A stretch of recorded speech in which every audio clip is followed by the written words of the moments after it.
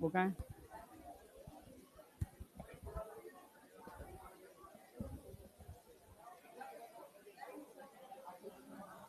अरे पीपीटी कहाँ है भाई?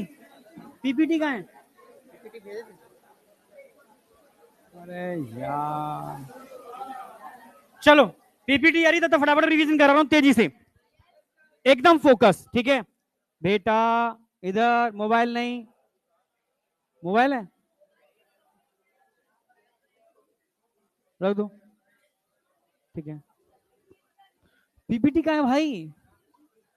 अ, मुझे जो मैडम है नीचे उनको पहले ही भेज देता हूँ, फिर वही पीपीटी लगती है सब जगह, दोनों जगह, ठीक है।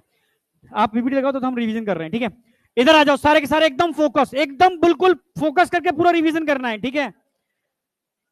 नहीं, रिवीजन की बात आ रही है, इधर आ जाओ।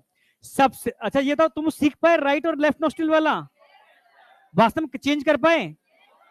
तो किया ही नहीं हो सिद्धार्थ से, सिद्धार्थ से किया हुआ काम होता है, होता है, हो नहीं सकता यार, अगर हो ही नहीं सकता भाई, मैंने सारे एक्सपेरिमेंट कर लिए, होता है चेंज। अब आ जाओ,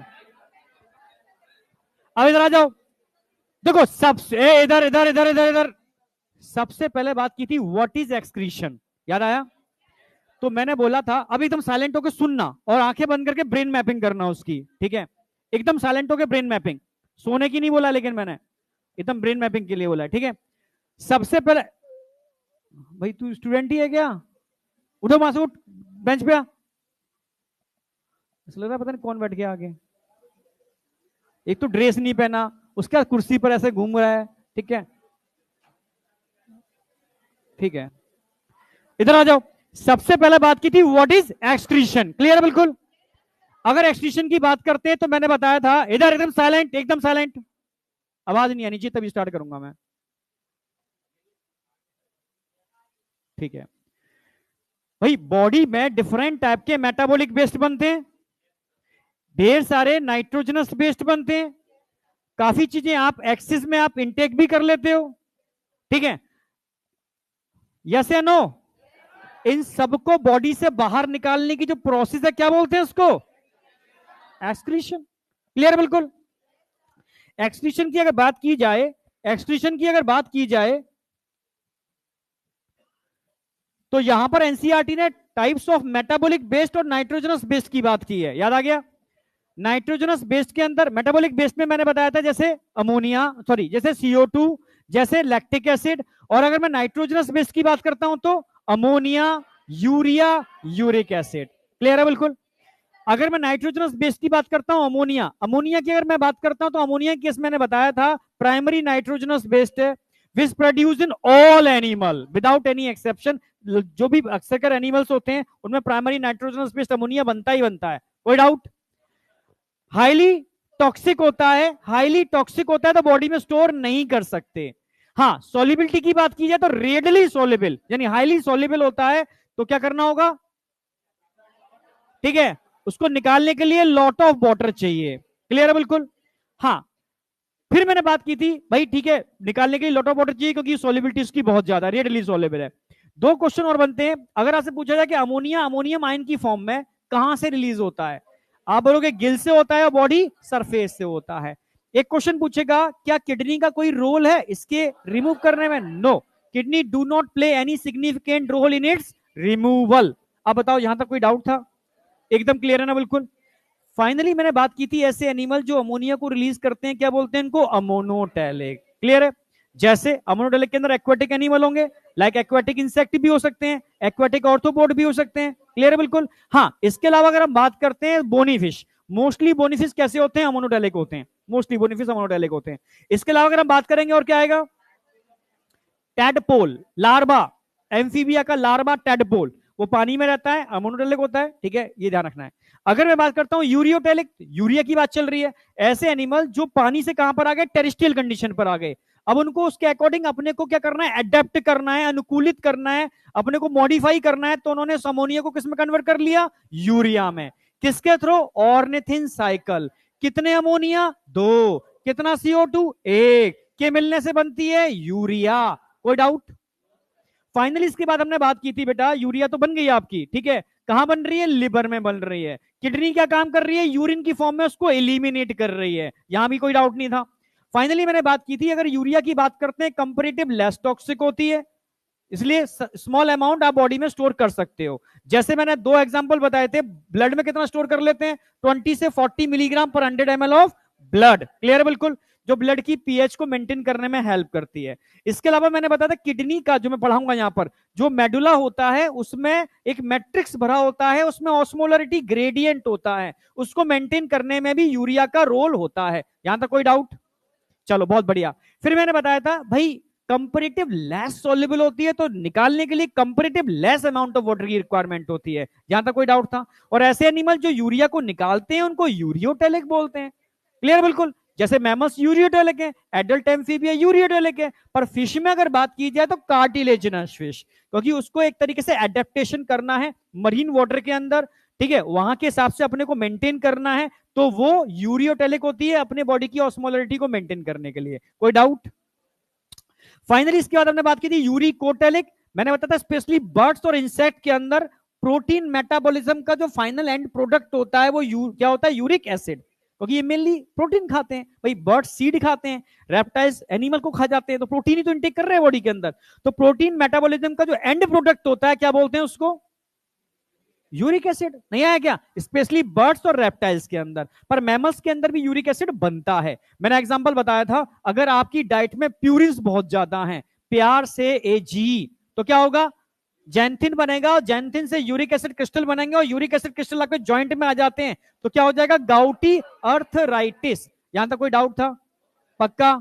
चलो इसके बाद हमने फाइनली बात की थी, ठीक है भाई, इतना समझ में आ गया यूरिक एसिड क्या भाई, लेस टॉक्सिक होता है, ठीक है, लीस्ट टॉक्सिक होता है, लीस्ट सॉल्युबल होता है, for removal require least amount of water. यहां तक कोई डाउट था? और ऐसे एनिमल जो यूरिक एसिड रिलीज करते हैं यूरिकोटेलिक बोलते हैं। यूरिकोटेलिक में एक्वाटिक, सॉरी, यूरिकोटेलिक के अंदर टेरिस्ट्रियल इंसेक्ट आ गए सारे के सारे, जैसे कॉकरोच, ठीक है, बर्ड्स आ गए, रेप्टाइल्स आ गए, बस तीन तीन एग्जांपल कराए थे मैंने, स्नेल्स आ गया, ठीक है, आप समझ रहे हो? यहां तक कोई डाउट? एकदम क्लियर था, याद भी हो गया? अब आगे जाकर के मैं कुछ एग्जांपल बताऊंगा types of excretory organ in animal. अगर टाइप्स ऑफ एक्सक्रीटरी ऑर्गन की बात करते हैं तो सबसे पहले जो इवोल्यूशन हुआ पानी में तो हुआ था भाई, स्टार्टिंग में पानी में तो आए एनिमल, तो पानी में जो रहते थे एनिमल, तो उनको पानी के थ्रू अपना एक्सक्रीटरी मटेरियल निकालना था, तो पानी के थ्रू निकालने के लिए उनको कुछ मॉडिफिकेशन नहीं करना था, वो अमोनिया को डिफ्यूज फॉर्म में बॉडी सरफेस से निकाल रहे थे, क्योंकि उनके अंदर किस टाइप का इवोल्यूशन था पीछे बेटा, किस टाइप का इवोल्यूशन था? आप बोलोगे भाई स्टार्टिंग में किस टाइप का बॉडी का ऑर्गेनाइजेशन था, सेलुलर लेवल या टिश्यू लेवल? तो यहां पर कोई ऑर्गन तो बने नहीं थे, तो बॉडी सरफेस से ही अपने नाइट्रोजनस बेस को निकाल रहे थे, क्लियर बिल्कुल। पर जैसे ही आगे जाकर के ऑर्गन लेवल ऑफ ऑर्गेनाइजेशन हुआ, ऑर्गन बने, कहां बने थे, प्लेटी हेलमिंथीज के अंदर, चपटे क्रमी, प्लेटी हेलमिंथीज का मतलब है फ्लैट वॉर्म, क्लियर है ना बिल्कुल? इधर बेटा इधर, फ्लैट वॉर्म, क्लियर है बिल्कुल। तो फ्लैट वॉर्म में एक बड़ा, मतलब एनसीईआरटी का पेट है, पेट का मतलब बड़ा फेवरेट, प्लेनेरिया, उसको मत भूलना। प्लेनेरिया की अगर बात की जाए तो प्लेनेरिया के किस में ध्यान रखना है, क्या होता है excretory organ, flame cell, protonephridia, क्या होते हैं? मैं पहले ही बोल दे रहा हूं, मैं किसी भी बच्चे से सारे एक साथ पूछूंगा अभी, जितना कॉन्सेंट्रेट होकर याद कर लो उतना बेटर है, मैं पूछूंगा अभी तुरंत, फिर बेइज्जती हो जाएगी, भज्जी हो जाएगी, ध्यान सामने है, ठीक है। तो प्रोटोनेफ्रीडिया यानी फ्लेम सेल कहां कहां मिलते हैं, पहला एग्जांपल फ्लैट वॉर्म यानी प्लेनेरिया, दूसरा रोटीफर्स, रोटीफर्स उतरने वाले होते हैं, छोटे छोटे जीव माइक्रोस्कोपिक होते हैं, ठीक है, उनके अंदर भी आपको प्रोटोनेफ्रीडिया देखने को मिल जाते हैं, कुछ एनेलिड्स के अंदर भी आपको प्रोटोनेफ्रीडिया देखने को मिल जाते हैं। जब मैं आपको कॉर्डेटा पढ़ाऊंगा तो उसमें सिफेलोकॉर्डेटा स्टार्टिंग में पढ़ाऊंगा, सिफेलोकॉर्डेटा, सिफेलोकॉर्डेटा में एक एग्जांपल है एम्फिऑक्सिस, आपके सिलेबस में है, उसमें भी प्रोटोनेफ्रीडिया, प्रोटो मतलब हो गया पुराने टाइप के, इनिशियल प्रिमिटिव टाइप के, सबसे पहले, उनको फ्लेम सेल इसलिए बोलते हैं, फ्लेम लाइक स्ट्रक्चर होता है उनका, लाइक अ फ्लेम, यानी उसकी लॉ होती है उसकी कैंडल की, ठीक है, उसका स्ट्रक्चर थोड़ा सा आल्सो कॉल्ड फ्लेम सेल। तो ये देखने को कहां कहां मिलते हैं समझ में आ गया, पहला example flatworm, planaria, rotifers, some annelids, और क्या बताया मैंने, amphioxus in case of cephalochordata. आई बेटा, पूछूंगा पीछे से, तुझसे पूछूंगा, मान के चल रही, ठीक है, हाँ। फाइनली हमने बात की थी, इसके बाद हम बात करते हैं नॉर्मल नेफ्रीडिया की। नेफ्रीडिया एनिलिडा के अंदर मिलते हैं, स्पेशली आपके सिलेबस में अर्थवॉर्म था जो एनसीईआरटी ने हटा दिया है अब, ठीक है, तो अर्थवॉर्म पर ही क्वेश्चन आएगा। नेफ्रीडिया की अगर हम बात करते हैं तो मालपिगिन टिब्यूल्स में कॉकरोच में पढ़ाए थे, ठीक है, 100 से 150 तक होते हैं, उनकी गट में होते हैं, उनका मेन एक्सक्रीटरी ऑर्गन अगर कोई है तो मालपिगिन टिब्यूल्स, मालपिगिन टिब्यूल्स, क्लियर बिल्कुल, कोई डाउट? तो मालपिगिन टिब्यूल्स इंसेक्ट में स्पेशली कॉकरोच में देखने को मिलते हैं। अगर ऐसे ऑर्थोपोड जो पानी में रहते हैं उनको हम क्या बोलते हैं? क्रस्टेशियंस। क्या बोलते हैं?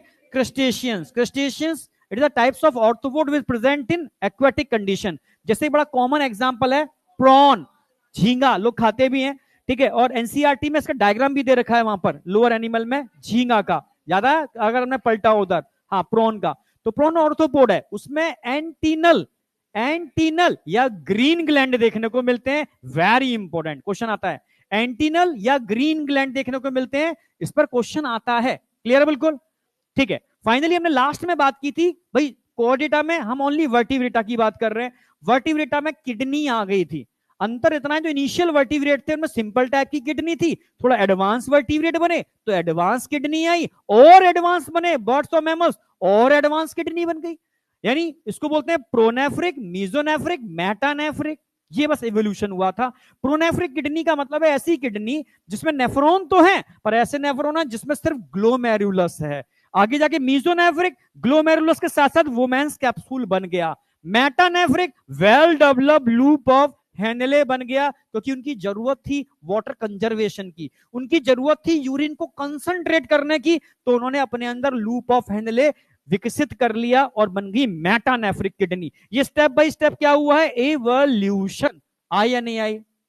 पक्का देख लो, पूछूंगा, समझ में आ गया? अब एक बार मैं एनसीईआरटी का जो पैरा था मैंने छाप दिया है, प्रोटोनेफ्रिडिया, फ्लेम सेल, प्लेटीहेल्म, या दिमाग में छपना चाहिए, प्लेटीहेल्मिन्थीज, फ्लैटवर्म मतलब planaria, rotifers, some annelids and cephalochordata में एम्फिऑक्सिस। सेट हो गया।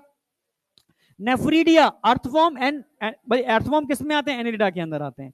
मालपिगिन टिब्यूल्स इंसेक्ट किस में क्या स्पेशली पढ़ना है? कॉकरोच। एंटिनल या ग्रीन ग्लैंड स्पेशली आर्थ्रोपोड ही है पर एक्वेटिक, इनको क्रस्टेशियंस बोलते हैं, जिसमें आपको ध्यान रखना है प्रॉन, ठीक है। हाँ, किडनी की मैंने बताई थी आपको, वर्टिब्रेट में देखने को मिलते हैं, प्रोमीजोमेटा। नहीं आई क्या? अब बताओ कोई डाउट? वापस आ रहा हूं मैं, हाँ कुछ भी नहीं है, ये मैं अभी यहां नहीं बताता हूं, बताता हूं वहां हूं मैं, कहां पर? प्लेटीहेल्मिन्थीज में, पर कहां गई फ्लेम सेल, ठीक है। अगर फ्लेम सेल की बात करें, अगर मैं प्लेनेरिया की बात करूं बेटा, तो उसमें छोटे छोटे बहुत सारे सेल्स होते हैं मेन एक्सक्रीटरी डक्ट के अराउंड। अगर एक सेल की बात करूं तो उसमें इस तरीके का स्ट्रक्चर होता है, ऐसा,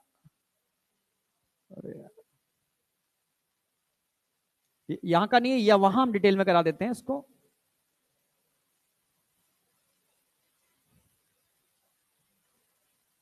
कुछ तरीके का स्ट्रक्चर होगा, यहां पर बेसल ग्रेन्यूल्स होते हैं, इनसे इस तरीके के स्ट्रक्चर्स निकलते हैं, ये फ्लैजलम लाइक स्ट्रक्चर, ठीक है। ये जो मूवमेंट करते हैं ना, लाइक अ फ्लेम लाइक मूवमेंट होता है इनका, ठीक है। जो यहां से फ्लूइड एंटर करता है, यहां से निकलता है, उसको फिल्टर करके as excretory, simple types of excretory organ, ठीक है। तो इसको मैं डिटेल में समझाता हूं जब प्लेटीहेल्मिन्थीज पढ़ाऊंगा तब, ठीक है। यहां तो बस नाम है, याद कराना है, ठीक है। यहां तक याद हो गया होगा, मैं मान के चल रहा हूं। अब तुझसे स्टार्ट करूंगा, कहां गया बच्चा वो? हाँ, नंबर 1 मैं बोलूं, फ्लेम सेल कहां कहां मिलते हैं? अभी सबका नंबर आने वाला, पीछे वाले पहले शिकार बनेंगे, तो शिकार बन जाएगा, ध्यान रखियो। हाँ, ऐसे मत रटो, देखो अगर तुम्हें याद करने से याद होता तो हो गया होता, मैं सुनवा इसलिए रहा हूं, सुनने से तुरंत याद होता है, ये ब्रेन की कैपेबिलिटी है एक, ठीक है। ये भी एक तरीका है, साइंस है पूरी की पूरी। सुनने से ये बोलेगा, मैं उसको तेजी से बोलूंगा, जैसे उसने बोला प्लेनेरिया, प्लेनेरिया में कौन, मतलब सॉरी प्लेटफॉर्म में प्लेनेरिया, ठीक है। आगे एनिलिडा, एनिलिडा के बाद सम एनिलिडा, सारे एनिलिडा नहीं, सम एनिलिड्स। आगे रोटीफर्स और सिफेलोकोडा में कौन? एम्फिऑक्सिस, एम्फिऑक्सिस, क्लियर है बिल्कुल। अगला अगला हम बात करते हैं, तो किसका है, बात किसकी आई थी इसके बाद? नेफ्रीडिया। कहां मिलते हैं नेफ्रीडिया? ऑर्थोपोडा में। नेफ्रीडिया, अर्थवॉर्म, एनिलिडा, ठीक है, नेफ्रीडिया, एनिलिडा, अर्थवॉर्म। अच्छा, फिर उसके बाद आते हैं malpighian tubule, cockroach, insecta, cockroach. Antennal या ग्रीन ग्लैंड? क्रस्टेशियंस, क्रस्टेशियंस में कौन? Prawn, aquatic, arthropod. अच्छा, किडनी, ऑल वर्टिब्रेट, बहुत बढ़िया, याद हो गया ना। अब बीच में से कौन आएगा?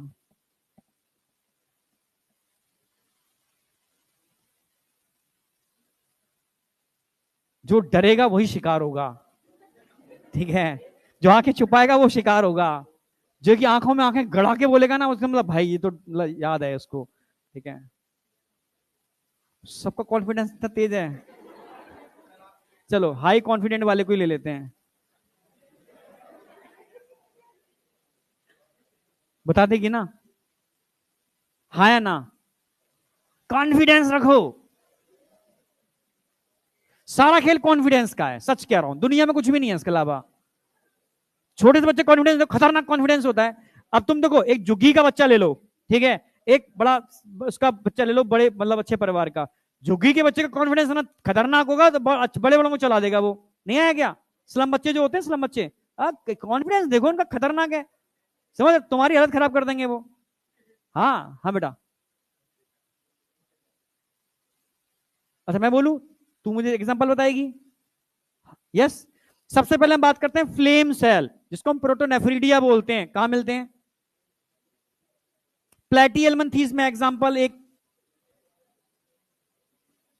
प्लेनेरिया, बहुत बढ़िया। इसके अलावा रोटीफर्स, बहुत बढ़िया। इसके अलावा सम एनेलिड्स में भी मिल जाते हैं। एक कॉर्डेटा में बताओ, कौन सा कॉर्डेटा? सिफेलोकॉर्डेटा। एक एग्जांपल एम्फिऑक्सिस, बहुत बढ़िया, सुपर। अच्छा, अगर मैं बात करता हूं इसके अलावा, नेफ्रीडिया, एनेलिडा, अर्थवॉर्म, ठीक है, मालपिकिन ट्यूब्यूल्स, कॉकरोच, एंसिक्टा। अगर बात करता हूं एंटीनल या ग्रीन ग्लैंड, क्रस्टेशियंस यानी एक्वेटिक, ऑर्थोपोड यानी प्रॉन। अच्छा, अब बात करता हूं किसकी? किडनी, ऑल वर्टिब्रेट, क्लियर है बिल्कुल, बहुत बढ़िया, सुपर। अब तेजी से पूछता हूं, बहुत तेजी से। हाँ बेटा, नेफ्रीडिया कहां मिलते हैं? प्रॉन्स में, बैठ नीचे। नेफ्रीडिया कहां मिलते हैं? अर्थवॉर्म, एनिलिडा, ठीक है, बैठो तेजी से, ठीक है, रैंडमली। हाँ बेटा, नहीं तू दिखेगी नहीं, इधर देखना चाहिए, ठीक है। हाँ बेटा जल्दी से, ठीक है। प्रोटोनेफ्रीडिया कहां मिलते हैं? सिफेलोकॉर्डेटा, चलो ठीक है, चलेगा, ठीक है बेटा। प्रोटोनेफ्रीडिया के और एग्जांपल बताओ इसके अलावा? प्लेटियलमंथीस और रोटीफर्स, बहुत बढ़िया। दो तीन एग्जांपल हो गए, एक एग्जांपल तुम भी ऐड कर दो उसके अंदर, सम एनेलिडा, बैठो नीचे, ठीक है। हाँ बेटा, बीच में, बिल्कुल सही, बिल्कुल ठीक। अरे बिंदास होके बोल, आराम से, नहीं सॉरी, ठीक है, देख करके ना। अगर हम बात करते हैं एंटीनल ग्लैंड या ग्रीन ग्लैंड, कहां मिलते हैं? झींगा, खाते हैं ना लोग, समझ रहे? प्रॉन, ये एक्वेटिक ऑर्थोपोड है, क्रस्टेशियंस। बैठो नीचे, ठीक है, बताएगी? हाँ, ठीक है, एकदम कॉन्फिडेंस में रहकर, एकदम चेहरे पे एकदम कॉन्फिडेंस होना चाहिए, डर नहीं होना चाहिए बिल्कुल भी, ठीक है। अच्छा, किडनी कहां मिलेगी? सिंपल है, ऑल वर्टिब्रेट्स, ठीक है। ए बेटा, क्या नाम है इसका? सारे एग्जांपल फटाफट एक बार बता दे। बैठ जा नीचे, समझ में आ गई ना? याद रहेगा अब? देखो, पूछने का मतलब होता है तुम सुनो उसको, तुम्हें ब्रेन के बारे में पढ़ोगे अभी तुम, मतलब अभी एमबीबीएस में पढ़ोगे, मेमोरी के जादू पढ़ोगे तुम, मेमोरी कैसे जनरेट होती है। तुम यार मुझे मुझे एक्सपेरिमेंट करने दिया, अगर तुम उसका एक्सपेरिमेंट का पार्ट बना करो, और तुम पढ़ना चालू, रट्टा मारना चालू कर देते हो, मैं ऐसे पूछूंगा अचानक से, ठीक है, यानी ये पार्ट तुम्हारा एकदम दिमाग में सेट है। आगे बढ़ रहा हूं, ये डायग्राम बनाना है, एनसीईआरटी से ही बनाना है, सबको बनाना है, ठीक है। अब क्यों बनाना है? एक क्वेश्चन तो डायरेक्ट ऐसे आएगा, समझ गए ना मेरी बात? क्या टेबल? अभी नहीं बनाना है,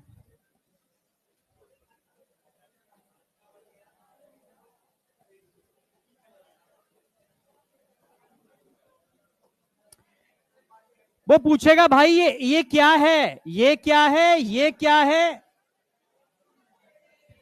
ये क्या है, D A B C D E F G H I J K. हाँ भाई, आपसे पूछा जाए ए क्या है, आप बोलोगे एड्रिनल ग्लैंड। भाई बी क्या है, रीनल आर्टरी। डी क्या, सी क्या है, पेल्विस। डी क्या है, किडनी। ई क्या है, इन एओर्टा, एओर्टा जो ब्लड लेकर के आ रहा है। एफ क्या है,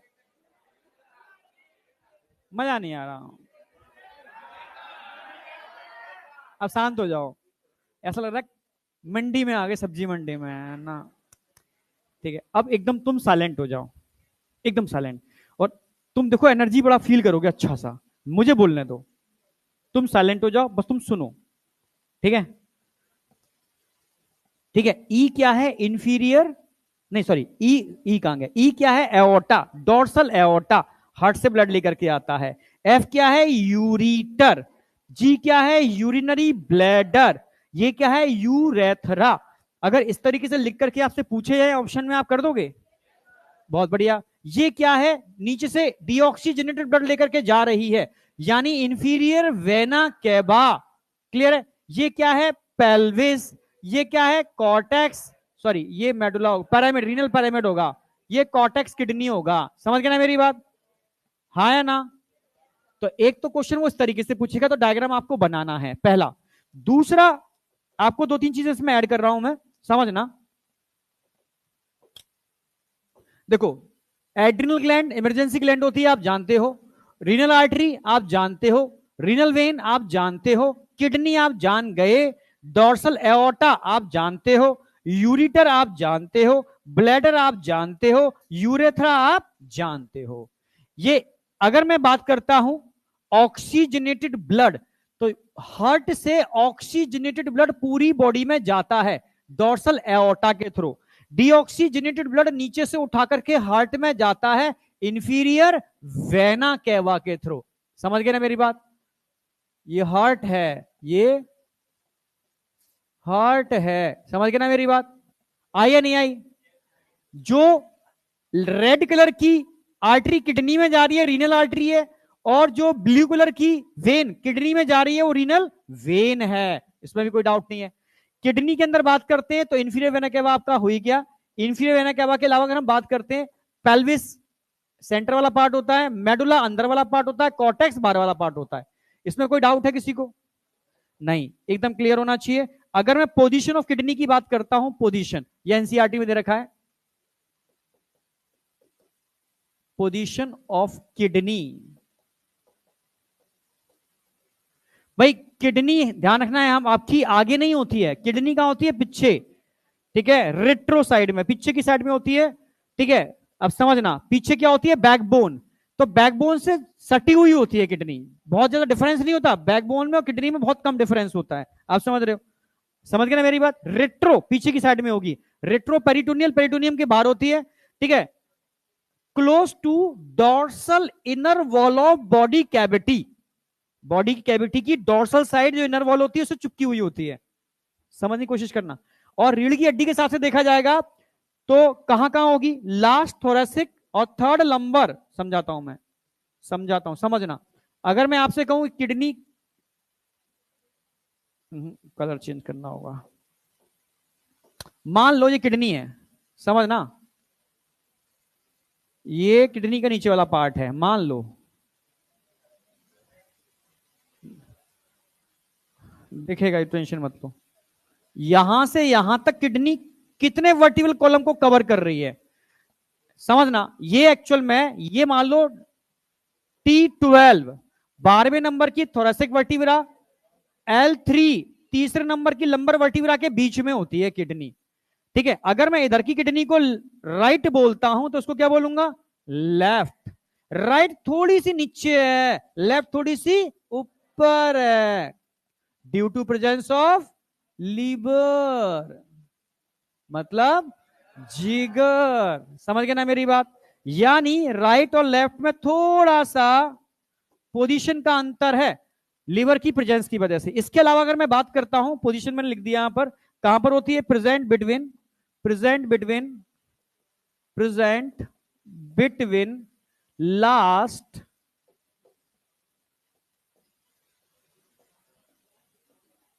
thoracic and third lumbar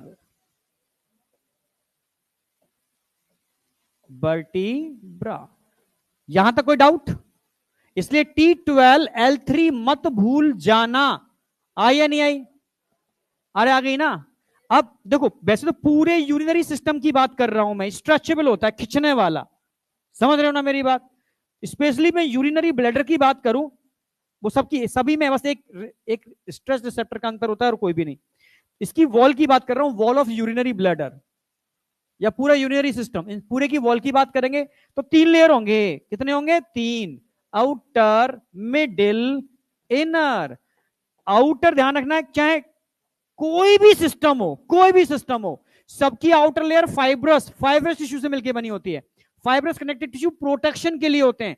fibrous connective tissue उसको स्ट्रॉन्ग बनाते हैं, चाहे हार्ट की लेयर हो, किडनी की लेयर हो, लंग्स की लेयर हो, मतलब लंग्स की नहीं, लंग्स तो थोड़े से कैविटी में चले जाएंगे, मतलब मैक्सिमम बॉडी के जो ऑर्गन होते हैं उनकी आउटर लेयर फाइब्रस होगी। फाइब्रस लेयर उसको स्ट्रेंथ प्रोवाइड कराती है। आप समझ रहे हो ना मेरी बात?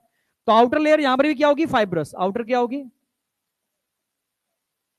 मिडिल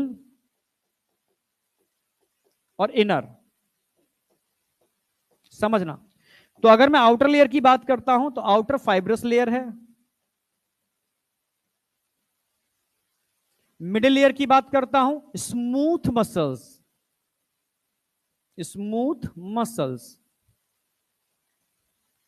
सबसे अंदर स्ट्रेचेबल एपिथेलियल टिश्यू, क्या बोलते हैं इसको? Transitional epithelial tissue.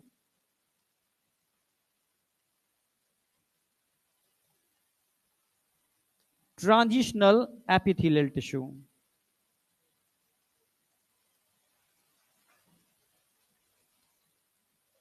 Transitional epithelial tissue. और खास बात क्या है, इन ट्रांजिशनल एपिथेलियल टिश्यू पे एक टाइप के रिसेप्टर्स लगे होते हैं, स्ट्रेच रिसेप्टर।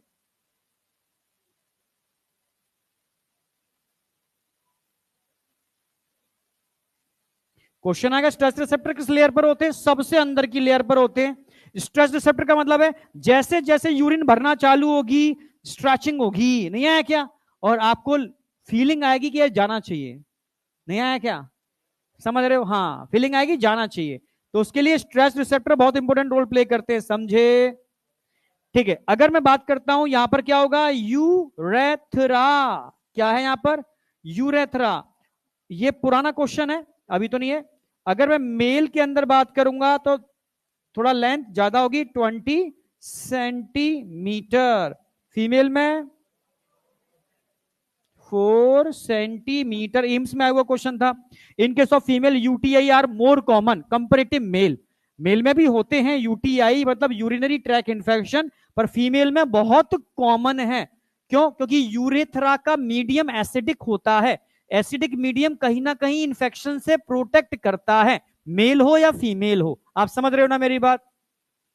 अगर इन्फेक्टिव एजेंट यानी बैक्टीरिया अंदर तक गया तो इस ट्रैक के थ्रू किडनी को इन्फेक्शन कर सकता है, ग्लोमेरुलोनेफ्राइटिस हो सकती है, किडनी के रिलेटेड बहुत सारी प्रॉब्लम्स हो सकती हैं, फिल्ट्रेशन पोर बड़ा हो सकता है, यूरिन के संग ब्लड, आरबीसी, पस अगर निकल रहा है, it is a indicator of किसका? Kidney infection. समझ रहे हो? UTI, urinary tract infection. समझ रहे हो मेरी बात?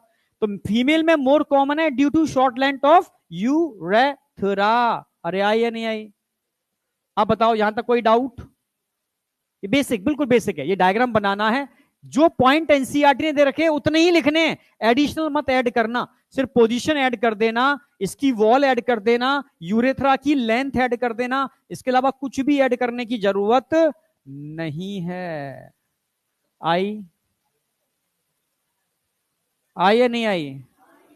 आई, ठीक है। अब आगे बढ़ते हैं, ठीक है? अब एक एक चीज करके स्टेप बाय स्टेप आगे बढ़ेंगे। सबसे पहले हम बात करेंगे यहां पर स्ट्रक्चर ऑफ किडनी, फिर बात करेंगे स्ट्रक्चर ऑफ नेफ्रॉन। नहीं आया क्या? अच्छा, उससे पहले मैं एक चीज और बताऊंगा, मैकेनिज्म ऑफ मैच्योरेशन। क्योंकि वो एक्चुअल में एनसीईआरटी में लास्ट में दे रखा है, क्योंकि यहाँ हम लोग ऑलरेडी वॉल की बात ही कर रहे हैं, स्मूथ मसल्स, ठीक है, स्ट्रेस रिसेप्टर, तो साथ साथ करा ही देते हैं, ज्यादा बेटर है, करा देना, ठीक है। अब मैच्योरेशन की बात कर रहा हूं। देखा होगा ना, जैसे छोटा सा बच्चा स्टार्टिंग में नहीं पता होता कि क्या कैसे करना है, ठीक है, तो उसको सिखाया जाता है स्फिंक्टर को कॉन्ट्रैक्ट लेस कराना। अच्छा, तुम लोग कभी केमिस्ट्री लैब में गए हो क्या? केमिस्ट्री लैब में एक पिपेट होती है, कांच की पिपेट होती है, उस पर रबड़ का ऐसे लगा होता है, ठीक है, अगर तुम उसको दबा करके पानी में डिप करके छोड़ोगे तो पानी उसमें आ जाएगा ना। अब तुम उसको बिना दबाए पानी निकालना चाहो, निकल जाएगा क्या? नहीं निकलेगा, जानते हो ना। हाँ, पानी तभी तुमने नीचे चिमटी लगी थी वो भी खोल दी, तभी पानी नहीं निकलेगा। जब तक तुम उसको उस बोर्ड से पुश नहीं करोगे तभी वो पानी नीचे पुश होगा। सेम ऐसे ही अपने सिस्टम के अंदर होता है। ब्लैडर में अगर यूरिन भरा हुआ है और नीचे से यूरेथ्रा को बंद करने के लिए स्फिंक्टर होता है, समझना मेरी बात, समझना, थोड़ा सा समझाई दूं डायग्राम बना के। मान लो ये क्या है, यूरिनरी ब्लैडर, कौन है? ब्लैडर, ठीक है, और ब्लैडर में नीचे क्या कनेक्ट होगी? यूरेथ्रा।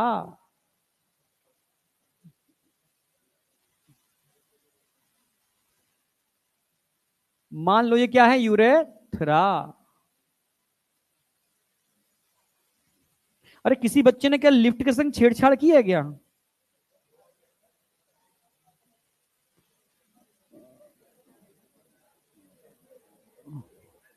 हाँ, और किस संग छेड़छाड़ करोगे?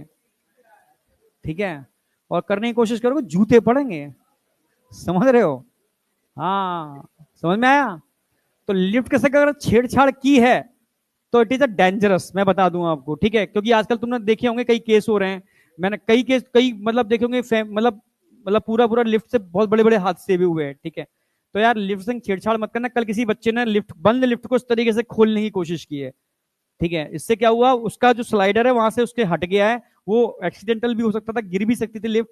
तो यार ऐसा मत करना। वो लोग अपने कैमरे वैमरे पे ढूंढ रहे हैं किसने किया है, पर ये कह रहे हैं किसी बच्चे ने किया है जो ऐसी ड्रेस पहना था, तो वो हम लोगों से ही बोल रहे हैं। तो नीचे वाली क्लास में मैंने बोल दिया है कि भाई ऐसा मत करना, ठीक है, इलेक्ट्रॉनिक आइटम है, जान जा सकती है, समझ रहे हो? चलती हुई लिफ्ट में हाथ भी नहीं डालना चाहिए, समझ रहे हो? तो रिक्वेस्ट है, ठीक है, समझ गए ना मेरी बात? थोड़ी सी एक्सरसाइज हो जाती है, हम समझ रहा हूँ कि यार चढ़ना उतना ऊपर ना, कोशिश कर लो, एक्सरसाइज कर लो एक बार, ठीक है, तो वैसी एक्सरसाइज नहीं करते यही कर लो, ठीक है। चलो कभी कभी, हाँ कभी अगर है लिफ्ट सही है तो अपने आ जाओ, पर अगर अवॉइड कर दो, थोड़ा 4-5 सीढ़ी चढ़ भी लो, कोई दिक्कत नहीं है। नहीं वो तो ठीक है, ठीक है, पर मैं बता दिया है बस, ठीक है, वो कह रहे थे मुझसे कि, तो मैंने कहा ठीक है, अब मेरे बच्चे तो नहीं होंगे, ठीक है, 2 क्लासों के बच्चे और क्लासों में मुझे पता नहीं, ठीक है, समझ गए ना मेरी बात? क्योंकि मेरी 2 क्लासों के बच्चे सबसे बेहतरीन है भाई, है नहीं है? फिर क्या, पूरे कॉन्फिडेंस से बोलूंगा भाई, मेरे बच्चे नहीं हो सकते, कहीं और किसी क्लास के बच्चे होंगे तो होंगे, ठीक है, बस आ जाओ। अच्छा, ब्लैडर की अगर बात करूंगा तो ब्लैडर में क्या होगा यहां पर अंदर, देखो ये कंसेप्ट है इसके अंदर, इसलिए इसको हवा में मत उड़ा देना। लास्ट क्लास है, पूरी एनर्जी के साथ, पर एनर्जी का मतलब चीखना चिल्लाना नहीं है, it is a loss of energy. आज मैं नीचे वाली क्लास में बताया भी था, मैंने दुर्योधन की बात की थी मैंने नीचे वाली क्लास में, कि दुर्योधन तो जानते हो ना, दुर्योधन की माता जी का नाम क्या था? गांधारी, या था, यही था ना? हंस क्यों रहे हो भाई? यही था, हाँ। तो गांधारी की शादी किससे हुई थी? गांधार से हुई थी। गांधार जन्म से ही अंधे थे, तो गांधारी ने क्या किया आंखों पर, हाँ समझ गया ना, ऐसी था ना। धृतराष्ट्र, हाँ गांधार तो, अरे गांधार का मतलब है जो नरेश थे वहां के, धृतराष्ट्र, इसलिए गांधार बोलते हैं। अरे चलो धृतराष्ट्र जो भी, ठीक है, अब वापस आ जाओ, ठीक है, गांधारी की बात कर रहा हूं मैं, अब तो सही है ना? हाँ, मैं इतना बताना चाह रहा हूं कि अपनी जो इंद्रियां होती हैं, सेंस ऑर्गन, हाईली पावरफुल होते हैं, बहुत हाईली पावरफुल, ठीक है, तुम उस पावर को समझ नहीं रहे हो, बस मैं ये कहना चाह रहा हूं, ठीक है। समझने का मतलब है उनको जितना आप कंजर्व करोगे उसकी एनर्जी को, और सही डायरेक्शन में लगाओगे तो तुम कुछ भी फोड़ सकते हो, बस इतनी बात है, ठीक है। मैं इसलिए कह सकता हूं ये वाली बात, क्योंकि डीएनए जो सुधीर कुमार का वो नहीं है, इस पे सुधीर चौधरी का, वो 9 बजे जो आता था डीएनए करके, उसमें एक प्रोग्राम आया था, मैं उससे पहले ही बच्चों को बता रहा था, ठीक है, पर प्रोग्राम बच्चों ने देखा वाला, न्यूज देखी तो बच्चे थोड़ा कॉन्फिडेंट हो गए, हाँ सर देखा था हमने, ठीक है। उसमें छोटे छोटे बच्चे दिखाए गए थे जिन्होंने किताब को उठा करके स्मेल से बता दिया कि किताब के अंदर क्या क्या है, किस सब्जेक्ट की किताब है, क्या लिखा है, दिखा ये वाला। हाँ तो भाई लाइव ही दिखा रहे थे, उसमें भी मतलब न्यूज पर दिखा रहे थे, पर ये पहले मैं बच्चों को बताता था, बच्चे समझते नहीं थे, समझ में आया। तो एक आम इंसान को वो जादू लगेगा, ओ यार जी जादू कर दिया इनने तो भाई, सूंघ के बता दिया, काश ऐसी शक्ति हमारे पास आ जाए, सूंघ के बायोलॉजी याद हो गई, ठीक है, केमिस्ट्री याद हो गई, एक बार और सूंघ लो बस, आज फिजिक्स याद हो गई, चलो नीट का पेपर देके आते हैं। ऐसा हो सकता है क्या?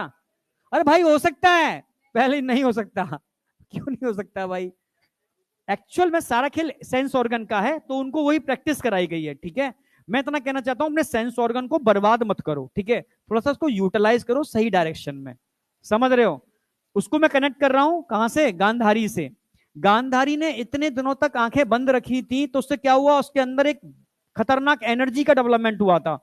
या तो लास्ट टाइम पर जब दुर्योधन का गदा युद्ध हुआ था भीम के साथ, तो वो गांधारी के सामने गए थे, क्योंकि कहा गया था कि जब गांधारी अपनी आंखों की पट्टी खोलेंगी तो उनकी बहुत ज्यादा एनर्जी कहां आएगी, अर्जुन कह रहा हूं, दुर्योधन के ऊपर आएगी, और वो एकदम समझ रहे हो वज्र जैसा हो जाएगा। याद आया ना? यानी कुछ एनर्जी होती है। दांत क्यों फाड़ रहा है भाई? क्लोजअप का एड, दांत इतने साफ थोड़ी ना है तेरे, बंद कर, तू फालतू में ऐड करता है, ठीक है, ठीक है, अब आ जाओ, ठीक है, अब बेचारा मुंह भी नहीं खोल पा रहा है, ठीक है, कोई नहीं, ठीक है, चल अब यहां जा, ठीक है। तो सीधी सी बात है, मैं एक्सपेरिमेंटल कह रहा हूं, कोई भी ऐसा बच्चा जो जन्म से आई की प्रॉब्लम हो, या सुनने की प्रॉब्लम हो, या बोलने की प्रॉब्लम हो, उसकी सिक्स्थ सेंस आपसे कई गुना ज्यादा होती है, जानते हैं ये वाली बात, ठीक है। ये साइंस बोलती है कि अगर कोई बच्चा नॉर्मल है और वो अपने इन सेंस ऑर्गन को सही डायरेक्शन में यूटिलाइज करता है, तो उसकी सिक्स्थ सेंस उस बच्चे से भी कई गुना ज्यादा हो सकती है, क्योंकि नॉर्मल ऑर्गन को आपने सही तरीके से यूटिलाइज किया। इसलिए मैं कहता हूं, समझ रहे हो ना, इन सेंस ऑर्गन को सही डायरेक्शन में यूटिलाइज करो, एनर्जी को सही तरीके से यूटिलाइज करो, बर्बाद मत जाने दो।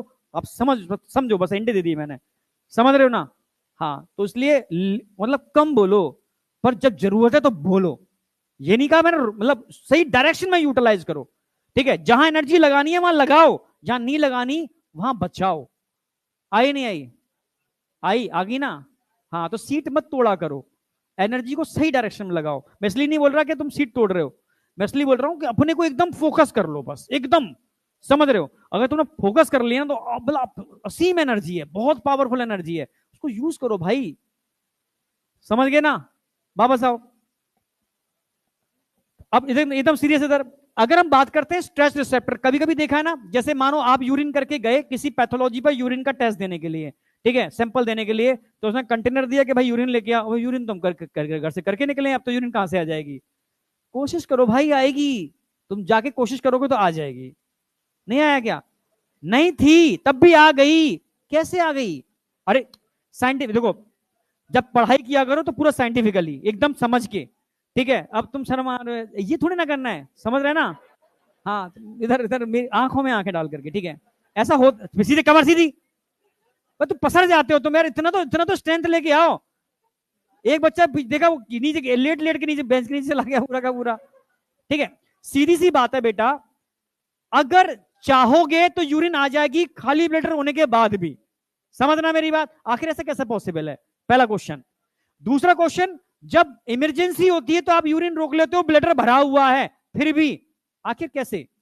ठीक है। अगर शेर झाड़ी, ऐसे हंसना मत फिर से, ठीक है, ठीक है, गांव क्षेत्रों में झाड़ी में लोग करते हैं, ठीक है, अरे सब झाड़ी है, आप कर रहे हो, अचानक से झाड़ी है, झाड़ी के उस पार दो आंखें नजर आई बब्बर शेर की, तो होती हुई यूरिन रुकेगी या हो जाएगी? रुक जाएगी भाई, समझ गए ना मेरी बात? यानी जब यूरिन हो रही थी तब आपका एक सिस्टम चालू था रिलैक्स वाला, पैरासिम्पैथेटिक, अचानक से सिस्टम शिफ्ट हो गया सिंपैथेटिक के ऊपर, ये कैसे? समझना मेरी बात? तो तरीके समझना, एक छोटा बच्चा बिस्तर पर यूरिनेशन मतलब यूरिन कर लेता है, पर जब समझदार हो जाता है तो वो रुक जाता है। आखिर क्यों ऐसा, क्या कारण है, समझना।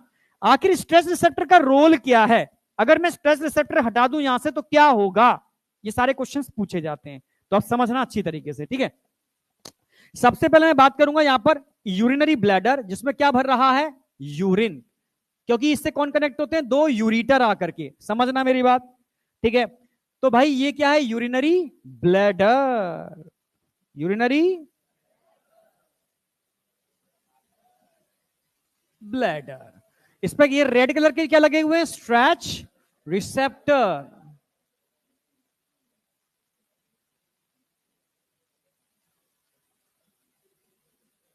ठीक है, यहां जो तुम्हें दिख रहा है ना एक, ये क्या है, इस फिंक्टर, वॉलेंट्री है इनवॉलेंट्री, हम इनवॉलेंट्री की बात नहीं कर रहे, हम वॉलेंट्री की बात कर रहे हैं। वॉलेंट्री आपके नियंत्रण में होता है, आपके कंट्रोल में होता है, आप चाहोगे बंद कर दोगे, चाहोगे खोल दोगे, ठीक है। और यहां नीचे है ब्रेन, कौन है भाई, ब्रेन, और ब्रेन में एक छोटा सा पार्ट होता है मेडुला ऑब्लोंगेटा, आई बेटा, आई आई, और स्ट्रेच रिसेप्टर जुड़े होते हैं किससे, मेडुला ऑब्लोंगेटा।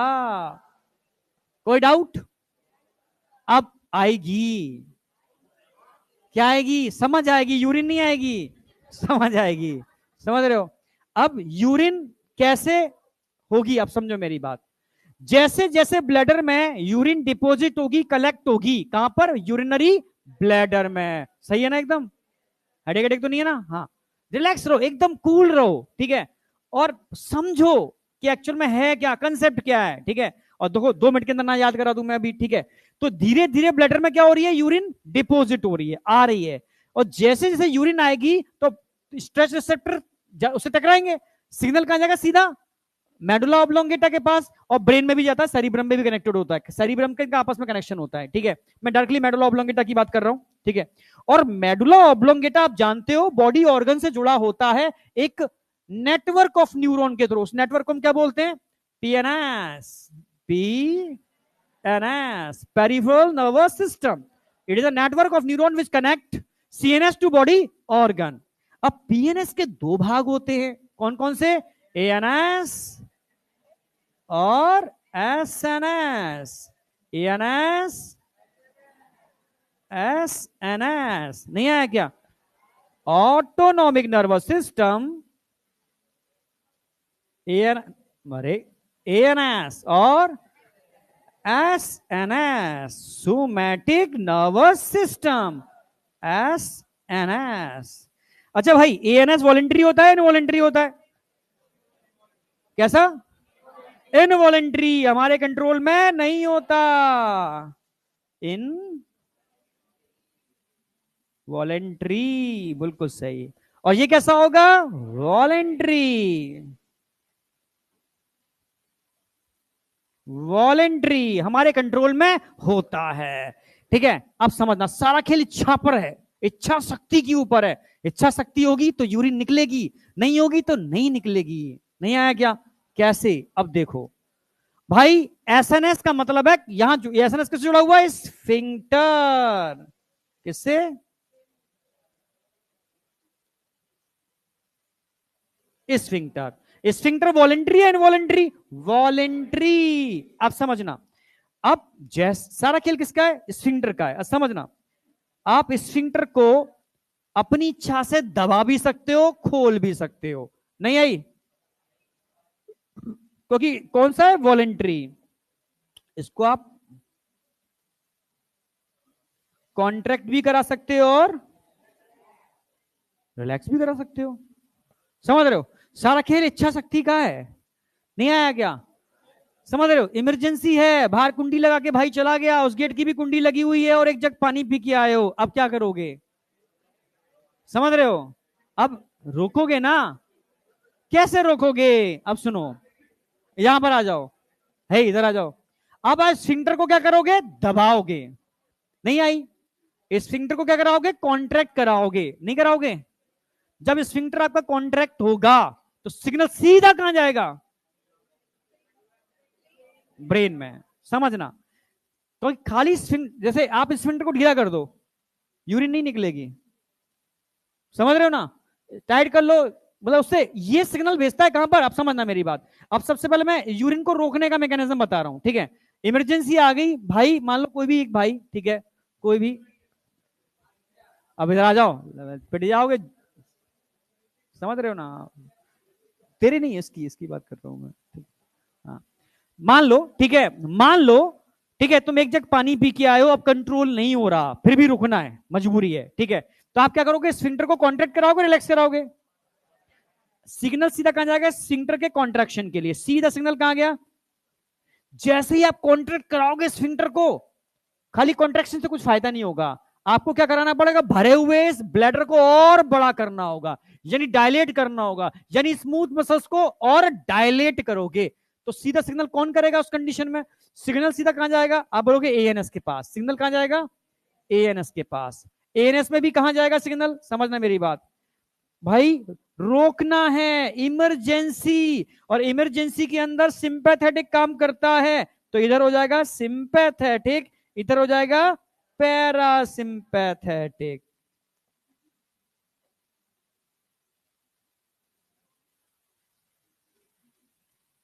सिंपैथेटिक और पैरा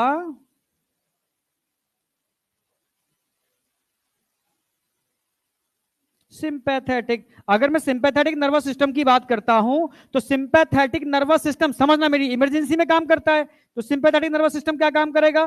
ध्यान रखना, इमरजेंसी के अंदर डायलेशन ऑफ यूरिनरी ब्लैडर करेगा, dilation, dilation of smooth muscles, smooth muscles of urinary bladder. अरे हाँ या ना? यानी आपने दो काम किए, एक तो इसके डायलेशन कराया, समझ रहे हो, और साथ में क्या किया? इसको डायलेशन कराया, इसको कॉन्ट्रैक्ट कराया, दो काम किए। हाँ या ना? भाई इसको यहां से दबाया, उसको वहां से रिलैक्स कर दिया, तो यूरिनेशन होगा क्या? नहीं, स्टॉप हो जाएगा, स्टॉप मिक्सुरेशन, स्टॉप।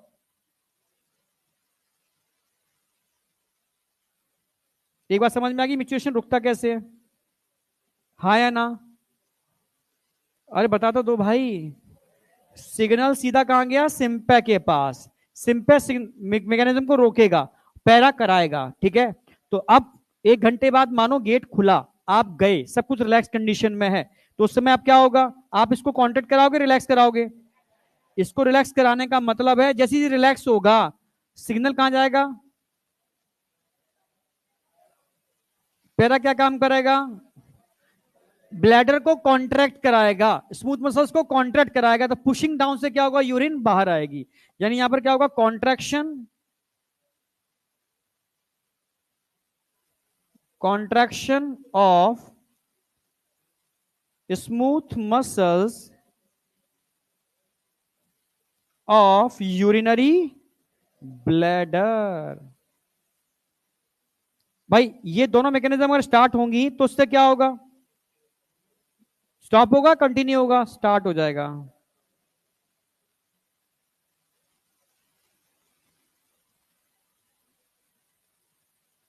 अब बताओ समझ में आया नहीं आया? कोई भी डाउट है तो पूछ लो पहले। यानी मिक्चुरेशन, दो लाइनें याद रखो, अगर मिक्चुरेशन कराना है तो पैरासिम्पैथेटिक एक्टिवेट होना चाहिए, रोकना है तो सिंपैथेटिक एक्टिवेट होना चाहिए। सिंपैथेटिक और पैरासिम्पैथेटिक तब काम करता है जब स्फिंक्टर कॉन्ट्रैक्ट और रिलैक्स होता है, वो आपकी इच्छा पर निर्भर करता है। पहले आप अपनी इच्छा से स्फिंक्टर को कॉन्ट्रैक्ट कराओगे, मतलब सीधी सी बात है, आपका सिंपैथेटिक एक्टिवेट हो जाएगा, रिलैक्स कराओगे पैरासिम्पैथेटिक एक्टिवेट हो जाएगा, सिंपल सी बात है, ठीक है? ये आप जानते हो मिक्चुरेशन तभी हो सकता है जब ब्लैडर में स्मूथ मसल्स में कॉन्ट्रैक्शन हो और नीचे स्फिंक्टर रिलैक्स कर जाए। रोकने के लिए इसको कॉन्ट्रैक्ट कराओगे, इसको रिलैक्स कराओगे, सिंपल सी बात। कोई डाउट? बस यही क्वेश्चन बनते हैं। छोटा बच्चा स्टार्टिंग में स्फिंक्टर को कंट्रोल करना नहीं जानता, इसलिए बिस्तर पर सुसु कर लेता है। जब उस पर डांट पड़ती है, नहीं समझ रहे हो, तो वो समझ जाता है कब स्फिंक्टर को बंद करना है, कब खोलना है। तब धीरे धीरे वो हैबिट में आता है, तब वो समझ पाता है। कभी डॉगी घर पे पाला हो तो डॉगी को नहीं पता होता कहां मुझे सुसु करनी है, कहां नहीं करनी, घर कौन सा है, बाहर कौन सा है। तो घर में भी कर लेता है, तो आप क्या करते हो, उसको एक दो बार चप्पल जूते से मारते हो, डांटते हो, बाहर बाहर वहां करना है, ठीक है। तब समझता है अच्छा ये गलत जगह है, वो सही जगह है। समझ में आया। तो वो चीजें ऐसी, छोटा बच्चा होता है, धीरे धीरे समझता है, इसलिए वो स्फिंक्टर को कंट्रोल करना सीख जाता है। तो ये चीजें नहीं होती उसके साथ।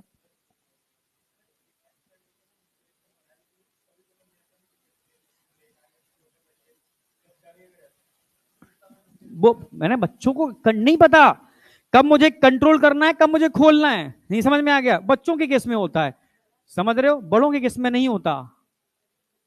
ठीक नहीं होता भाई। मैंने कहा शेर सामने आ जाएगा तो यूरिनेशन रुकता नहीं है, सॉरी होता नहीं है, रुकता है इमरजेंसी में, ठीक है।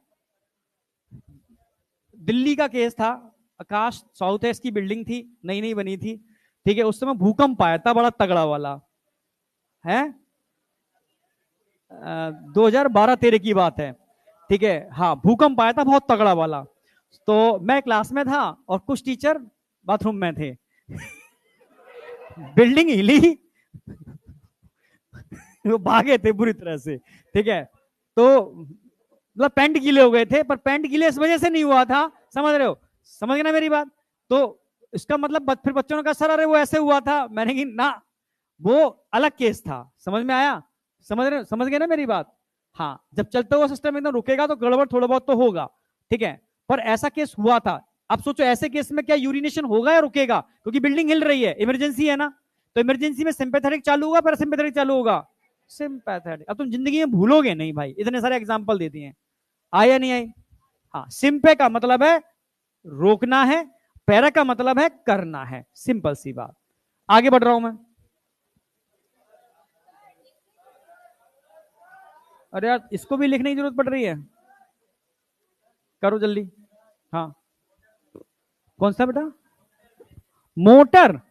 मोटर का मतलब होता है जितने भी हमारे मसल्स है ना, उसमें जो न्यूरॉन आ रहे हैं वो मोटर न्यूरॉन है, ठीक है भाई। सेंसरी न्यूरॉन सिग्नल को लेकर के जाते हैं ब्रेन के पास, मोटर न्यूरॉन ब्रेन से सिग्नल को लेकर के आते हैं।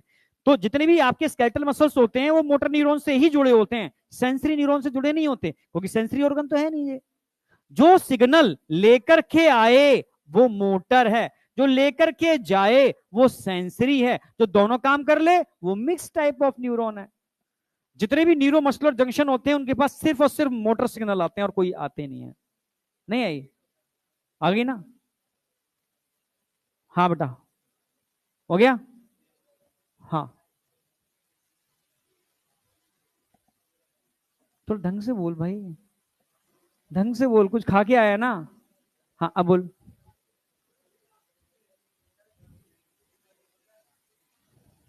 भाई हाँ है, हाँ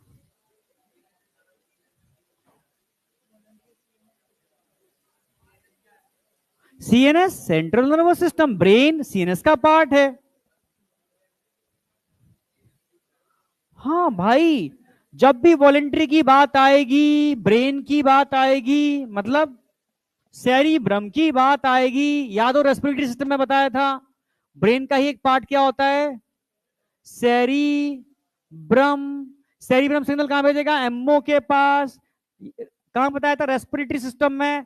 आप सांस अपनी बिना इच्छा के भी लेते रहते हो, इनवॉलेंट्री से ले रहे हो, मेडुला ऑब्लर कर रहा है। हाँ जब आपसे कहूंगे भाई सांस लो, अभी तो ले रहे हो, अब वॉलेंट्री मैकेनिज्म हो गई। तो क्योंकि अब सिग्नल कौन भेज रहा है, सेरिब्रम, ब्रेन, सीएनएस। कहां भेज रहा है, एमओ के पास, वो भी सीएनएस का पार्ट है। जब सिग्नल सेरिब्रम से एमओ के पास आ रहा है, वॉलेंट्री डायरेक्ट एमओ कंट्रोल कर रहा है, इनवॉलेंट्री सेम वही सिस्टम हर जगह लग रहा है।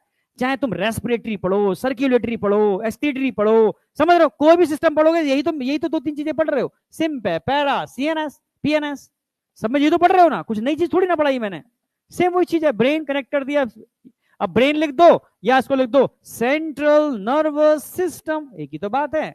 सेंट्रल नर्वस सिस्टम बोलो, सेरिब्रम बोलो, ब्रेन बोलो, एमओ बोलो, पर एमओ ओनली इनवॉलेंट्री एक्शन को कंट्रोल करता है, पर एमओ के पास सिग्नल अगर सेरिब्रम से जाता है तो वॉलेंट्री होगा।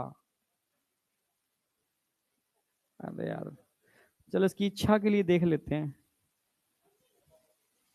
कहां पर रेगुलेशन में ना, यही ना, mammals have the ability to produce a concentrate, नहीं नहीं नहीं, urine form by the nephron is ultimately carried out to urinary bladder, कहां से बोल रहे हो, अच्छा इसके बाद ठीक है, where it is stored to, ठीक है यहां तक हो गया।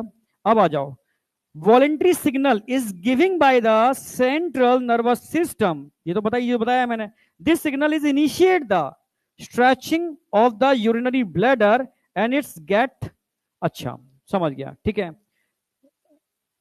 Fill the urine in response, ठीक है, stress receptor on the wall of bladder and signal to CNS, हाँ यहीं से मैंने बताया। अब देखो यहां से बताया मैंने, जैसे ही सिग्नल ये भरना चालू हो जाता है, स्ट्रेस रिसेप्टर सिग्नल कहां भेजेंगे, सीधे MO, MO is a part of central nervous system, कहां गया, हो गया, आ गया ना, हाँ यहीं से एनसीईआरटी लाइन जोड़ दी है मैंने, और जोड़ करके फिर सीधा मैंने कनेक्ट करके यहां कर दिया है।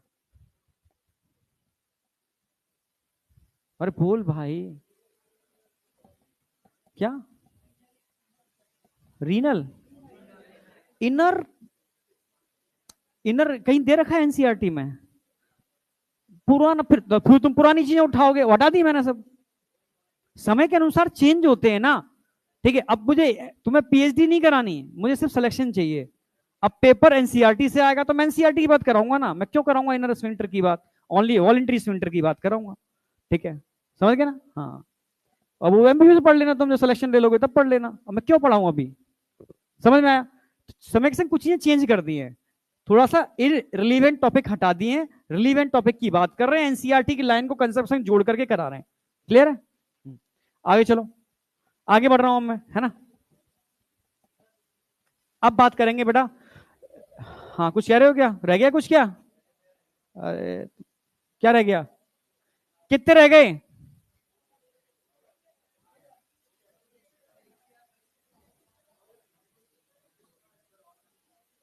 आ जाए, हाँ बोल बोल बोल, ऑर्गन ना कल पूछूंगा, आज पूछ तो लिए, अब एक दिन टाइम दे तो दे मुझे, भूलने तो दे, तो भूलो फिर पूछेंगे, है ना।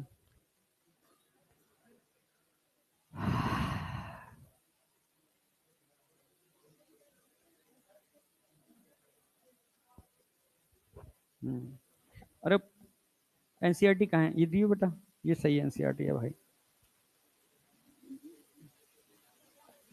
नई है पुरानी है,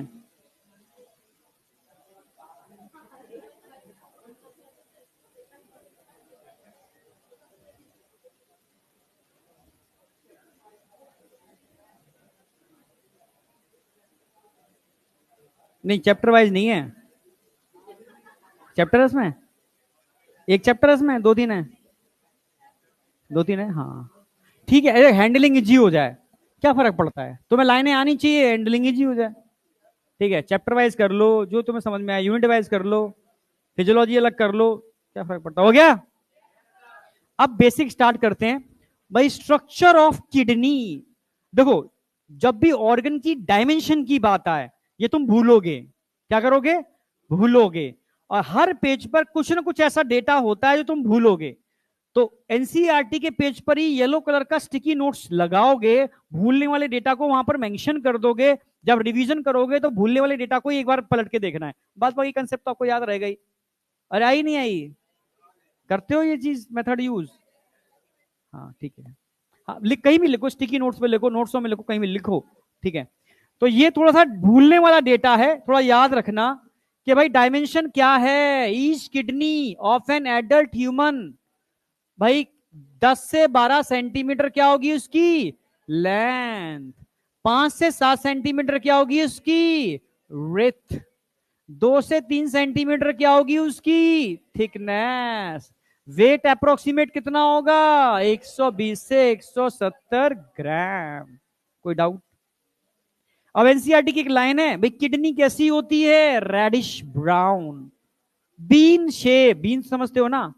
हाँ, बीन शेप होती है, रेडिश ब्राउन होती है। समझ रहे? पोजीशन क्या है अभी जस्ट बताई थी मैंने, ठीक है भाई? लास्ट थोरेसिक और थर्ड लंबर के बीच में होती है। लास्ट थोरेसिक और थर्ड लंबर के बीच में होती है, पहला। दूसरी पोजीशन क्या बता रखी है उन्होंने भाई? Close to dorsal inner wall of abdominal cavity. Dorsal side में होगी, क्लोज होगी इनर वॉल के। डायग्राम बना के समझा दूंगा, ठीक है? समझ में आ गया नहीं आया? ठीक है, ये दो तीन लाइनें आप उसमें ऐड कर लो।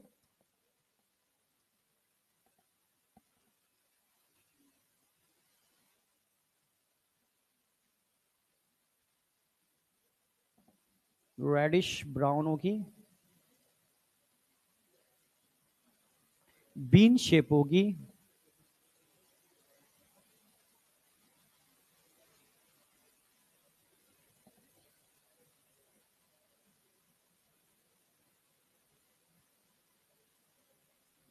पोजीशन क्या बताई थी? Present between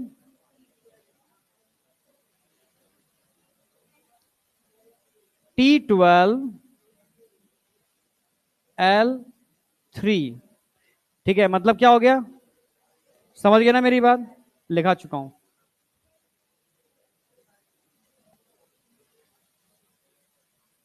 close to dorsal inner wall of abdominal cavity.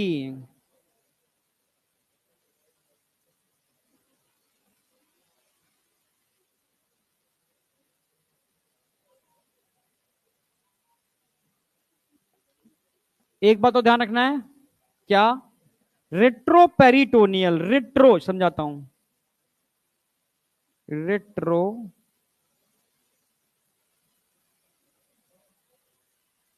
Peritoneal position क्या है समझाऊंगा, फटाफट लिख डालो।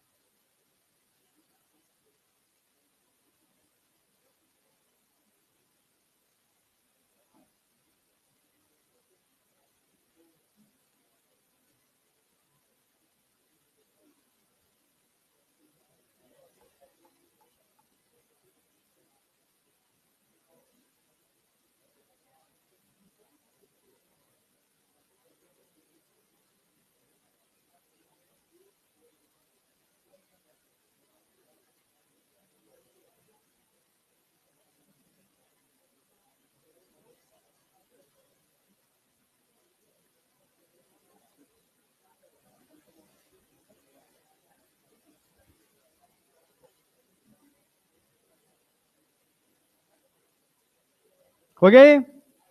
बस एक एक एजेंसी और है, दो ऐसे पहले बस भेजना ही था।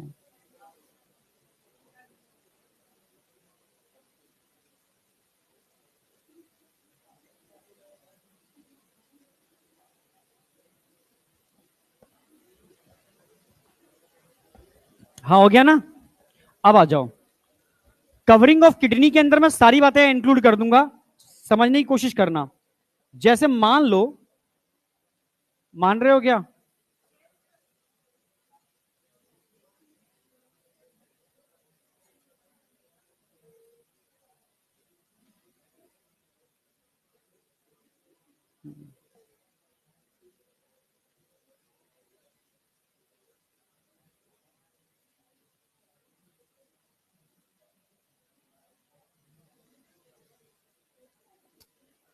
अरे यार, चलो कोई नहीं।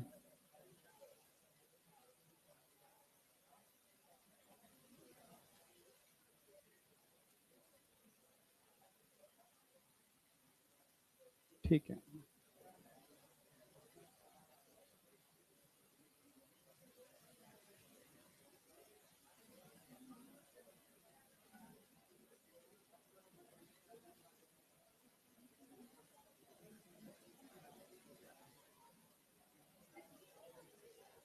क्या?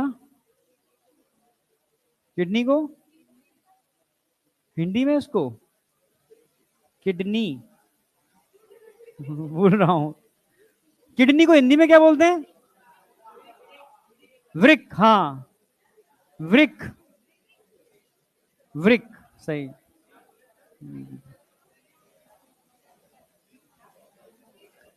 किडनी का हिंदी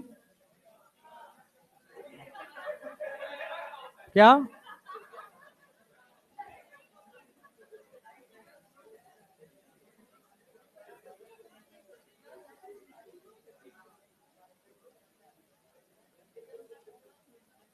बना रहे हो ना साथ साथ? अलग से टाइम नहीं दूंगा बनाने के लिए, देख लो। अगर साथ साथ बना लिए तो ठीक है, नहीं तो बाद में तुम कहोगे रुको, नहीं रुकूंगा।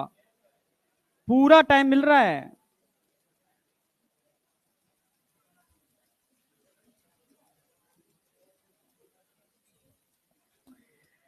हाँ, अब बात आएगी dorsal inner wall of abdominal cavity.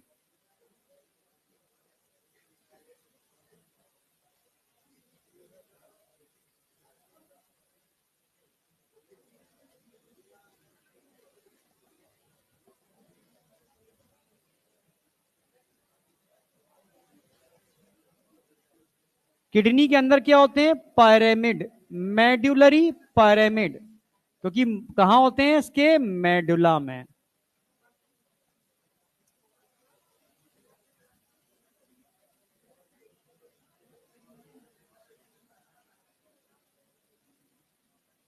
बस देखता हूं कितने बना पाए कितने नहीं बना पाए।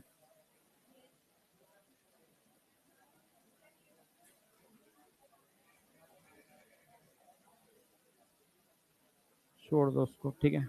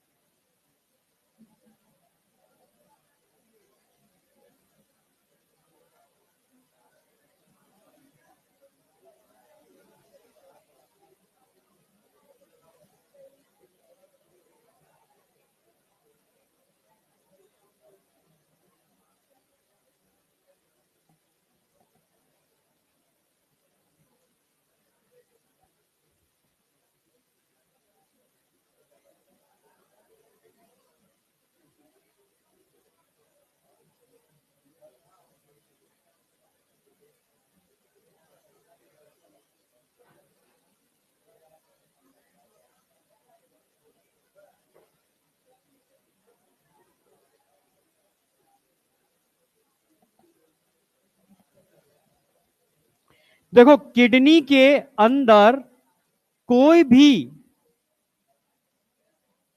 आर्टरी जो जाएगी, क्या बोलोगे उसको? Renal artery.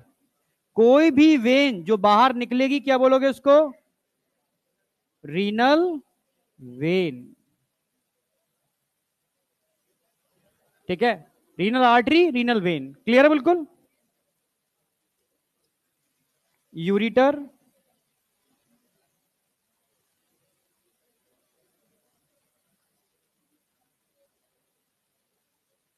रीनल वेन,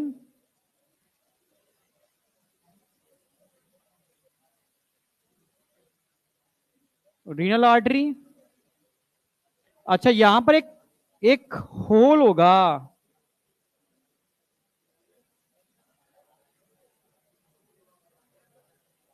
क्या बोलेंगे इसको?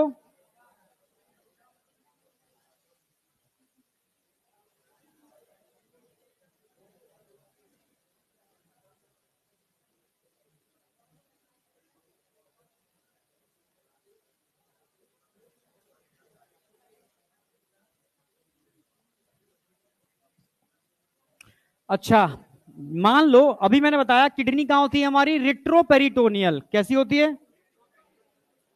अब क्वेश्चन पूछूंगा तुझसे ही, फिर देखो कहां तेरा याराना गया अभी। ठीक है, अब इधर आ जा, लगे पड़े अलग दुनिया में। ठीक है, ये भाई एक इंसान, समझना, ये इसकी है बॉडी। इसकी बॉडी को दो पार्ट में हमने डिवाइड किया। ऊपर वाला पार्ट क्या है? थोरैक्स। नीचे क्या है? एब्डोमिन। समझ गए ना? थोरेसिक कैविटी में कौन मिलते हैं? लंग्स। एब्डोमिनल कैविटी में क्या होते हैं? ऑर्गन।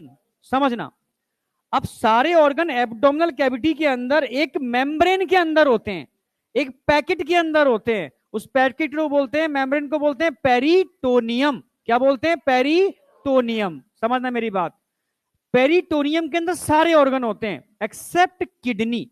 किडनी पेरिटोनियम के बाहर होती है, इसलिए इसको बोलते हैं रेट्रो पेरिटोनियल। समझने की कोशिश करना। मान लो ये किडनी है जो डॉर्सल इनर वॉल से अटैच है, डॉर्सल इनर वॉल से अटैच है। मान लो ये जो लेयर दिख रही है ये पेरिटोनियम है, जिसमें सारे ऑर्गन पेरिटोनियम के अंदर होंगे एक्सेप्ट किडनी। किडनी कहां नजर आ रही है आपको? पेरिटोनियम के बाहर। इसलिए किडनी को हम क्या बोलते हैं? रिट्रो, मतलब बाहर, पेरिटोनियल। क्लोज टू, किसके क्लोज है? Dorsal inner wall of abdominal cavity. Dorsal, ये क्या है? Dorsal inner wall of abdominal cavity के क्लोज होती है। रिट्रो पेरिटोनियल होती है, पेरिटोनियम के बाहर होती है। आई या नहीं आई? पक्का? पूछूंगा भी एकदम मैं तेजी से। हाँ, तो एक बात तो समझ में आ गई रिट्रोपेरिटोनियल क्या होती है। ठीक है, अब पेरिटोनियम दिखनी भी तो चाहिए, तो पेरिटोनियम दिखा देते हैं। अगर हम पेरिटोनियम की बात करते हैं तो समझना, ब्लू कलर से दिखाते हैं। ये पूरी कैविटी पेरिटोनियम से ही कवर्ड होती है, पूरी कैविटी। येलो ले लेते हैं। ये सिंपल स्कैमस एपिथेलियल टिश्यू के मिलने से बनती है पेरिटोनियम। तो ये पूरी पेरिटोनियम है। पेरिटोनियम के बाहर कहां है? किडनी। किडनी कहां है? बाहर, पेरिटोनियम के बाहर। ये पूरी पेरिटोनियम है, ये पेरिटोनियम है, ये पेरिटोनियम है। समझ तो गए ना? पेरिटोनियम बाहर बताने की कोशिश कर रहा हूं मैं। किडनी ये पूरी ऐसे पूरी पेरिटोनियम होगी, समझ रहे? पेरिटोनियम के बाहर है किडनी, डॉर्सल इनर वॉल से सटी हुई है। अरे आई या नहीं आई? पेरिटोनियम। अब किडनी की मैं लेयर की बात करता हूं, कवरिंग की बात करूंगा। हर ऑर्गन की जो आउटर लेयर होगी फाइब्रस होगी, तो किडनी की आउटर लेयर जो व्हाइट कलर से दिख रही है वो भी फाइब्रस है। कलर ही यूज कर लेता हूं व्हाइट। फिर कलर यूज कर रहा हूं मैं, जो डॉट डॉट दिख रहे हैं ना, ये एडिपोज टिश्यू का जमाव है, डिपोजिशन। फिर ग्रीन कलर की जो लेयर दिख रही है ना, ग्रीन कलर की जो लेयर दिख रही है, ये सबसे इनर लेयर ऑफ किडनी की है, जो एनसीईआरटी ने जिसका जिक्र किया है। तीन लेयर होती हैं किडनी की। सबसे आउटर लेयर हर ऑर्गन की मोस्टली फाइब्रस टिश्यू के मिलने से बनती है, आउटर फाइब्रस लेयर है। ठीक है, इसको हम रीनल फेशिया बोलते हैं, रीनल फेशिया। रीनल मतलब किडनी।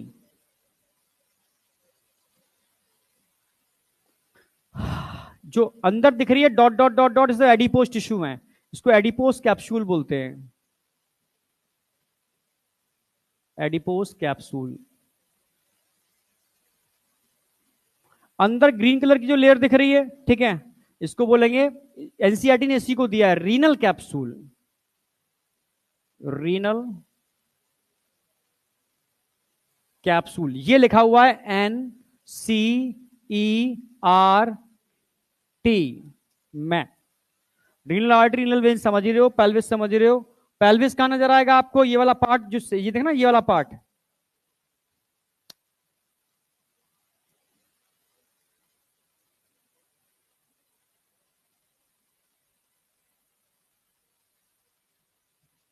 पेल्विस। अब समझ में आया नहीं आया? लेयर सारी आ गई। किडनी का कॉर्टेक्स मेडुला समझ में आ गया, डॉर्सल इनर वॉल समझ में आ गई। ठीक है, रीनल आर्टरी, रीनल वेन कैसे, पेल्विस कैसे, यूटर कैसे, कहां कनेक्टेड है, हाइलम कहां पर है, मतलब बेसिक बेसिक समझ में आ रहा है ना? हाँ, इसको लिखो। अब स्ट्रक्चर ऑफ किडनी पे बात करूंगा मैं इसके बाद।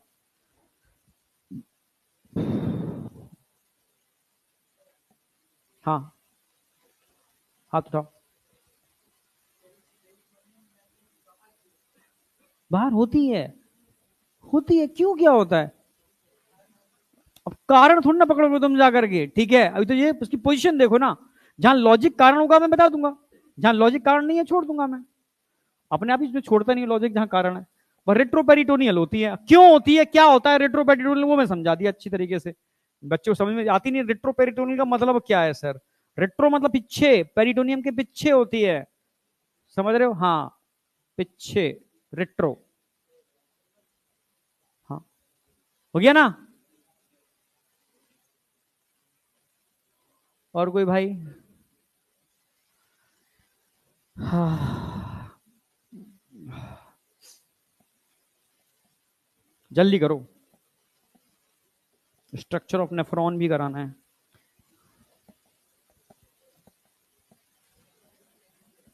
अब बात करेंगे, जल्दी करो। मैं तभी कह रहा था तुम मस्ती में थे, मैं डायग्राम बना रहा था। मैं डायग्राम तुम मेरे साथ बना सकते हो, मुझसे भी आगे चाहो तो, पॉसिबल है भाई, तुम जीनियस हो।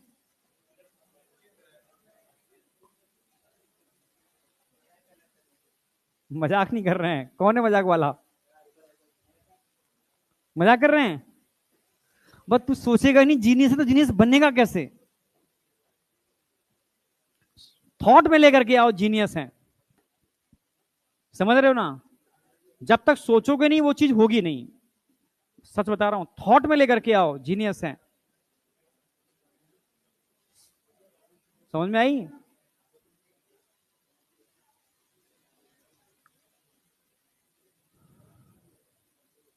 तो यार रिलैक्स में नहीं जाना है, इधर आओ जल्दी फटाफट। यार पहले खाना खाएंगे तब डाउट डिस्कस करेंगे, ठीक है? तुम लोग डाउट में कल 4 बजा लिए थे। हाँ, खाना खा के डिस्कस करेंगे डाउट।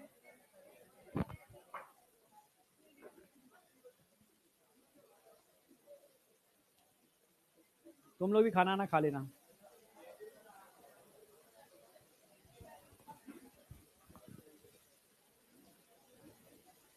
अरे हो गया? हाँ, पेल्विस क्या हो गया, कहां गया?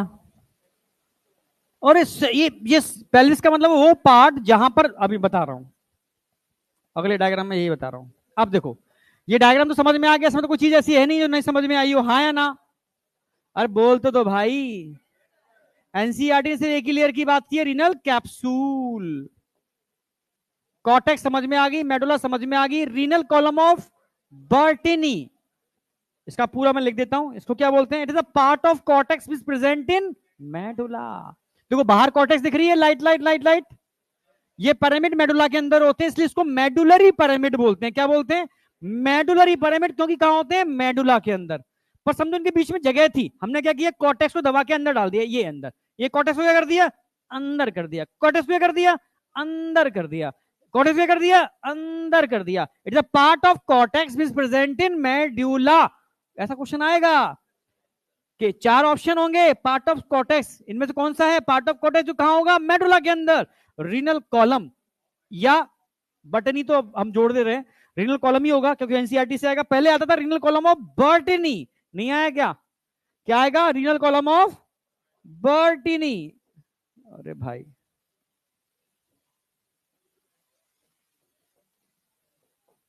It is a part of cortex is present in medulla, part of cortex in medulla. अरे आई या नहीं आई? अगर मैं पिरामिड की बात करता हूं जो मेडुला में होते हैं, कितने पिरामिड होते हैं मेडुला के अंदर? 8 भी हो सकते हैं, 9 भी हो सकते हैं, मतलब 12 तक हो सकते हैं। कोई डाउट? अब समझना क्या है, समझना एक पूरा ध्यान से।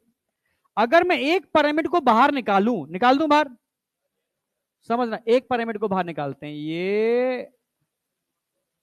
ये और ये, एक पिरामिड आ गया बाहर। अब इन पिरामिड में तुम्हें ये लाइन लाइन दिखा रखी है ना उन्होंने, ये क्या है? नेफ्रॉन। ठीक है, हम नेफ्रॉन को प्रॉपर बना के बताएंगे।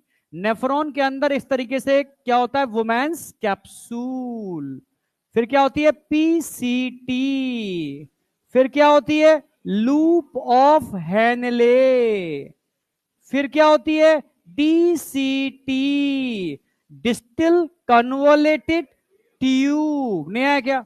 ये वो पार्ट है जिसमें बहुत सारे नेफ्रॉन कनेक्ट होंगे। ठीक है, फिर नीचे क्या आएगी प्रॉपर तरीके से, कलेक्टिंग डक्ट। ऐसे ही कई कलेक्टिंग डक्ट नीचे आकर के मिलकर के कॉमन डक्ट बनाएंगे, एक कॉमन डक्ट बनाएंगे जो कहां से निकलेगी, पिरामिड की छोटी सी ओपनिंग होती है, रीनल पेल्विस बोलते हैं, ओ पेपिला। पर इसको नहीं याद रखना, अब तुम्हें याद कर रखना है, यहां एक छोटी सी नली होगी डक्ट, इसमें खुलेगी ना माइनर कैलैक्स, और ये ऐसे होंगे और ये ऐसे होंगे।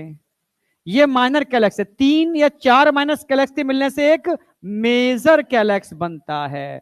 ऐसे ही एक मेजर कैलैक्स और ऊपर दिखा सकते हो, ऐसे ही एक मेजर कैलैक्स यहां पर भी हो सकता है, ऐसे ही एक मेजर कैलैक्स। समझे या नहीं समझे? समझे। ऐसे ही कई मेजर कैलैक्स मिलकर के कॉमन जगह बनाते हैं, इस जगह को हम क्या बोलते हैं, पेल्विस। आई या नहीं आई? आ गई, ठीक है। और फाइनली पेल्विस किसमें खुलता है, यूरिटर। किसके थ्रू निकलता है, हाइलम। अरे आई नहीं आई? आ गई। अब सुनो, अगर मैं आपसे कहूं ये क्या है, वुमेन्स कैप्सूल, ये क्या है पी सी टी, ये क्या है डी सी टी। भाई पीसीटी डीसीटी का मतलब है प्रोक्सिमल कॉन्वोलेटेड ट्यूब, समीपस्थ कुंडलित नलिका।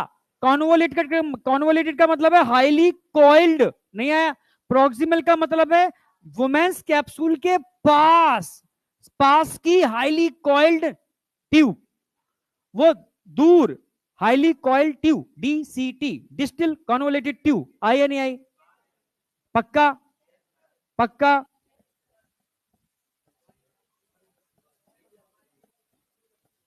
कहां छुपा लिया बेटा, तुम्हारी पड़ेगी अब ढंग से।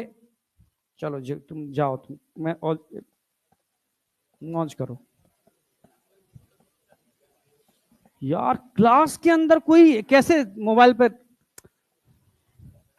गया? पिताजी का नंबर बता देना, उनसे फोन पे डिस्कशन हो जाएगा, वो कहेंगे, ठीक है, कहने का मतलब है डिस्कस कर लेंगे, फिर वो आके ले जाएंगे, ठीक है। तो तुम नॉर्मल मोबाइल पे खेलो, चलो आ जाओ, ठीक है। अब यहां आ जाओ, देखो तुम दो चीजें समझो, अगर प्यार से पढ़ा रहा हूं इसका मतलब ये नहीं है तुम उसका गलत फायदा उठाओ, ठीक है। मेरा पर्पस ये है कि तुम पढ़ाई को एंजॉय करो, समझ रहे हो ना? मतलब मैं पढ़ाने को बहुत एंजॉय करता हूं, तो मानो ना मानो, मतलब दिल से पढ़ाता हूं। अगर तुम उसको गलत ले रहे हो तो ये बहुत बड़ी, मतलब तुम अपने संग धोखा कर रहे हो, बस ये समझो। नहीं तो डंडे के बल पढ़ाना मुझे भी आता है, पर मैंने पढ़ा के भी देखा है, मुझे बहुत अच्छा नहीं, मतलब फीडबैक मिला बच्चों से, ठीक है। फीडबैक का मतलब है मुझे बच्चों का आउटपुट टेस्ट में आना चाहिए। डर के अगर पढ़ा तो पूछते ही नहीं थे मुझसे, डर की वजह से, तो मैं समझ में आया ये गड़बड़ है मामला, ठीक है। जब बच्चा जब तक मतलब टू ही फ्रेंकली नहीं होगा, पूछ ही नहीं पाएगा, तो फिर कहां से आउटपुट लेकर के आएगा? मतलब उस जमाना भी था जब मैं बहुत गुस्से में पढ़ाता था, डंडे के बल पे पढ़ाता था, और जहां ह्यूमन रिप्रोडक्शन आता था तो मैं पढ़ा ही नहीं पाता था। मैं रियलिटी बता रहा हूं, मैं नहीं पढ़ा पाता था, ठीक है। मैं कहीं ना कहीं निकाल देता था, उड़ा दिया टॉपिक, निकाल दिया, हवा में खींच के ऊपर निकल गए। फिर जब नीट में क्वेश्चन आते थे बच्चा छोड़ के आ जाता था, तो ऐसा लगता था यार ये तो मैंने क्राइम कर दिया बहुत बड़ा। कहीं ना कहीं बच्चा तो भाई पूरी साल एक टीचर से ही पढ़ रहा है ना, अगर वो चीज है, अगर मैं ढंग से समझा ही नहीं पाया, बच्चा क्वेश्चन ही सॉल्व नहीं कर पाया, या मैंने इतना डांटा क्लास के अंदर, वो पूछने में हेजिटेट कर रहा है, तो फिर मेरे पढ़ाने का मतलब क्या है? तब समझ में आया कि बच्चे का टीचर के संग टू बी फ्रेंकली होना बहुत जरूरी है, ठीक है। हर सब्जेक्ट को, हर टॉपिक को बहुत अच्छी तरीके से एक्सप्लेन करना टीचर की रिस्पॉन्सिबिलिटी है, तब जाकर के मैंने अपने अंदर एकदम कसम खाई, मैंने अब नहीं होगा भाई। तब से मैंने अपने को चेंज किया, पढ़ाने का तरीका चेंज किया। फ्लो डायग्राम पहले नहीं होते थे, लोग थ्योरी पढ़ाते थे। मुझे नॉर्थ ईस्ट के 3 बच्चों के बैच मिले थे साउथ एक्स के अंदर। नॉर्थ ईस्ट के बच्चे थोड़े से दिक्कत होती है, मतलब एक आम टीचर को पढ़ाने में, ठीक है, पर गुस्से में वहां के हेड ने मुझे दे दिए भाई। जूलॉजी के हेड थे, मैं भी जूलॉजी का था, जूलॉजी टकरा गई, गुस्सा आ गया उनको, अब भाई नॉर्थ ईस्ट के बैच देते हैं तो मैं तीनों बैच नॉर्थ ईस्ट के। तो भाई अब क्या करूं, बच्चों को, भाई बच्चा विश्वास से आया है, नॉर्थ ईस्ट से यहाँ आया है, हमारी दोनों की भाई नहीं टीम में बैठ रही है तो सिलेक्शन नहीं हुआ तो ये भी कष्ट है। तो मैंने अपने पढ़ाने का तरीका चेंज किया, मतलब पहली बार चेंज किया था मैंने, डायग्राम फ्लो डायग्राम बनाने चालू किए, ठीक है, और बहुत मेहनत की, कंटेंट आते हुए मेहनत किया कि मैंने कि अब इसको कैसे ऐसे करो कि बच्चे को मुझे बताना ही ना पड़े और बच्चा समझ जाए। बच्चा बस स्माइल करता था, मैंने आ गया सबको, बस स्माइल, या ओके ठीक है, बस आगे बढ़ जाते हैं, और बच्चे सिलेक्शन भी दिए, समझ रहे हो ना। तो इसलिए अनफेवरेबल कंडीशन आपको सिखाती हैं, पर उसका मतलब गलत फायदा उठाना बेटा बहुत गलत बात है। तो देख भी नहीं रहे दोनों के दोनों, कम से कम देख तो लो आंखें उठा करके, गलत कर रहे हो ना, हाँ या ना, एक्सेप्ट कर रहे हो इस चीज को, अब करोगे दोबारा से, खड़े होके बोलो दोनों लोग, दोनों खड़े हो जाओ पहले, दोनों खड़े हो, दोनों खड़े हो।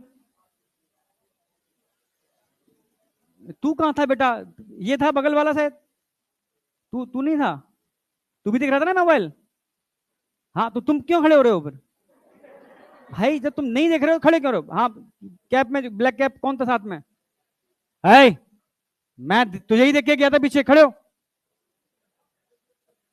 अब सब देखो, इनके हाथ में अगर मोबाइल पाया गया ना, बस तुम मुझे बता देना, किसी भी क्लास में, चाहे फिजिक्स की हो, केमिस्ट्री की हो, जूलॉजी की हो, बॉटनी की हो। अब तुम कसम खाओ कि हाँ दोबारा सर हम क्लास में मोबाइल नहीं उठाएंगे, कसम खाओ, जोर से कसम खाओ।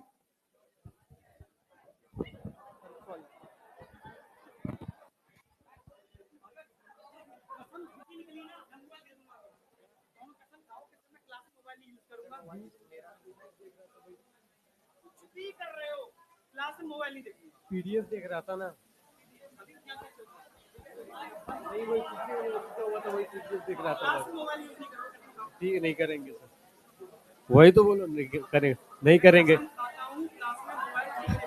नहीं देखूंगा, यस सर, नहीं देखूंगा, यस सर, नहीं खा रहे हो, अभी तो खाया मैंने, बोलो ना, अभी तो बोला मैंने, अब तुम नहीं, अब लास्ट मौका दे रहा हूँ, तो मोबाइल तुम्हारी, मैं सच कह रहा हूँ, मैं मोबाइल नहीं दूंगा, लास्ट वही तो बोल रहा हूँ, नहीं चलाऊंगा, कसम खाओ मैं नहीं चलाऊंगा, कसम कर रहा हूँ नहीं चलाऊंगा,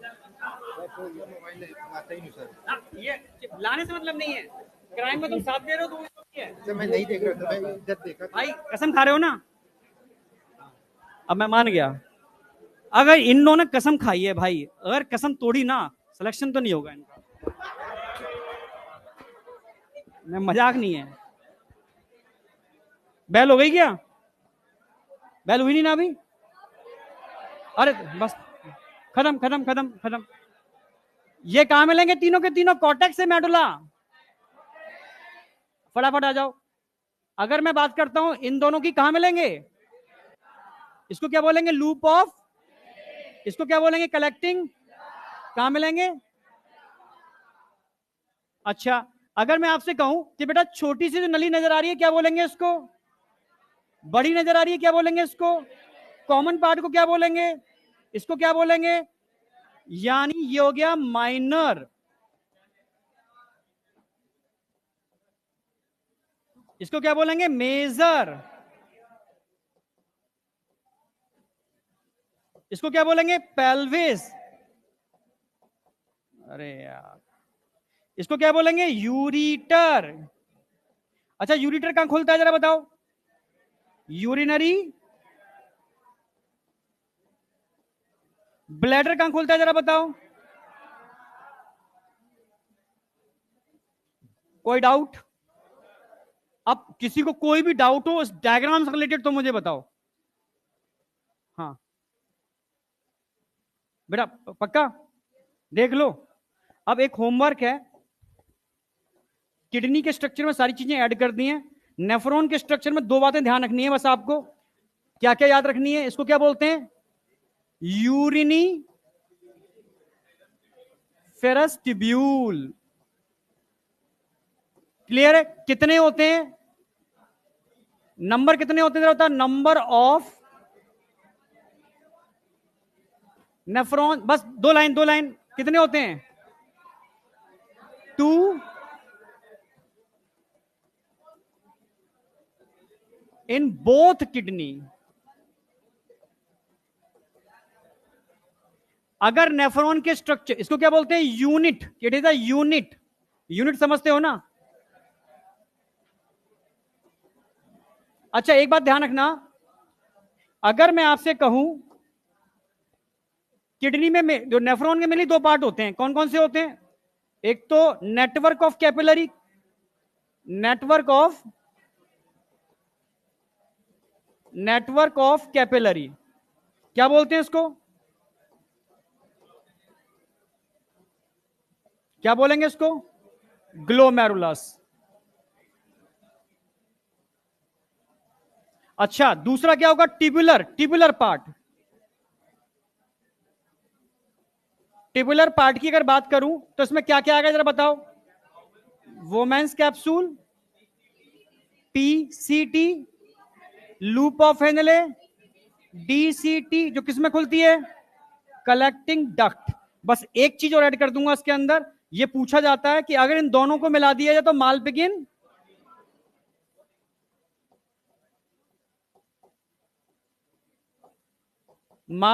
बॉडी बोलेंगे, या कॉर्पसल्स भी बोल सकते हो, मालपिगिन कॉर्पसल्स, या इसको रीनल कॉर्पसल्स भी बोल सकते हो। तो इतना करके लाना है, ये डायग्राम मैं कल करवाऊंगा, मालपिगिन बॉडी या रीनल कॉर्पसल्स का, ये एक पेज छोड़ करके ये डायग्राम आपको सबको बना के लाना है। ये कोई डाउट? अब लास्ट में कुछ क्वेश्चन दिए थे करने के लिए, मैंने याद आया, जो क्वेश्चन दिए थे उनके आंसर मैंने लगा दिए हैं सारे, और आज का होमवर्क मैंने इसके अंदर लिख दिया है। ये क्वेश्चन चलते रहेंगे, साथ में VDPP आपको मिल रहे हैं वो चलते रहेंगे, साथ में मैं अपनी प्रैक्टिस शीट दूंगा वो आपको करनी है। कोई डाउट? ठीक है, कल थोड़ा सा मैं स्पीड अप रखूंगा, ठीक है, समझ रहे हो, कल मुझे यूरिन फॉर्मेशन मैकेनिज्म करानी है, ये टारगेट है मेरा, ठीक है। चलो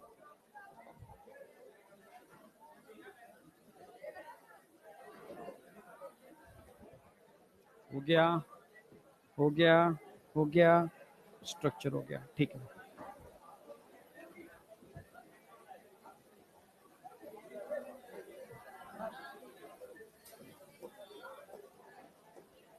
हाँ बताओ क्या चीज,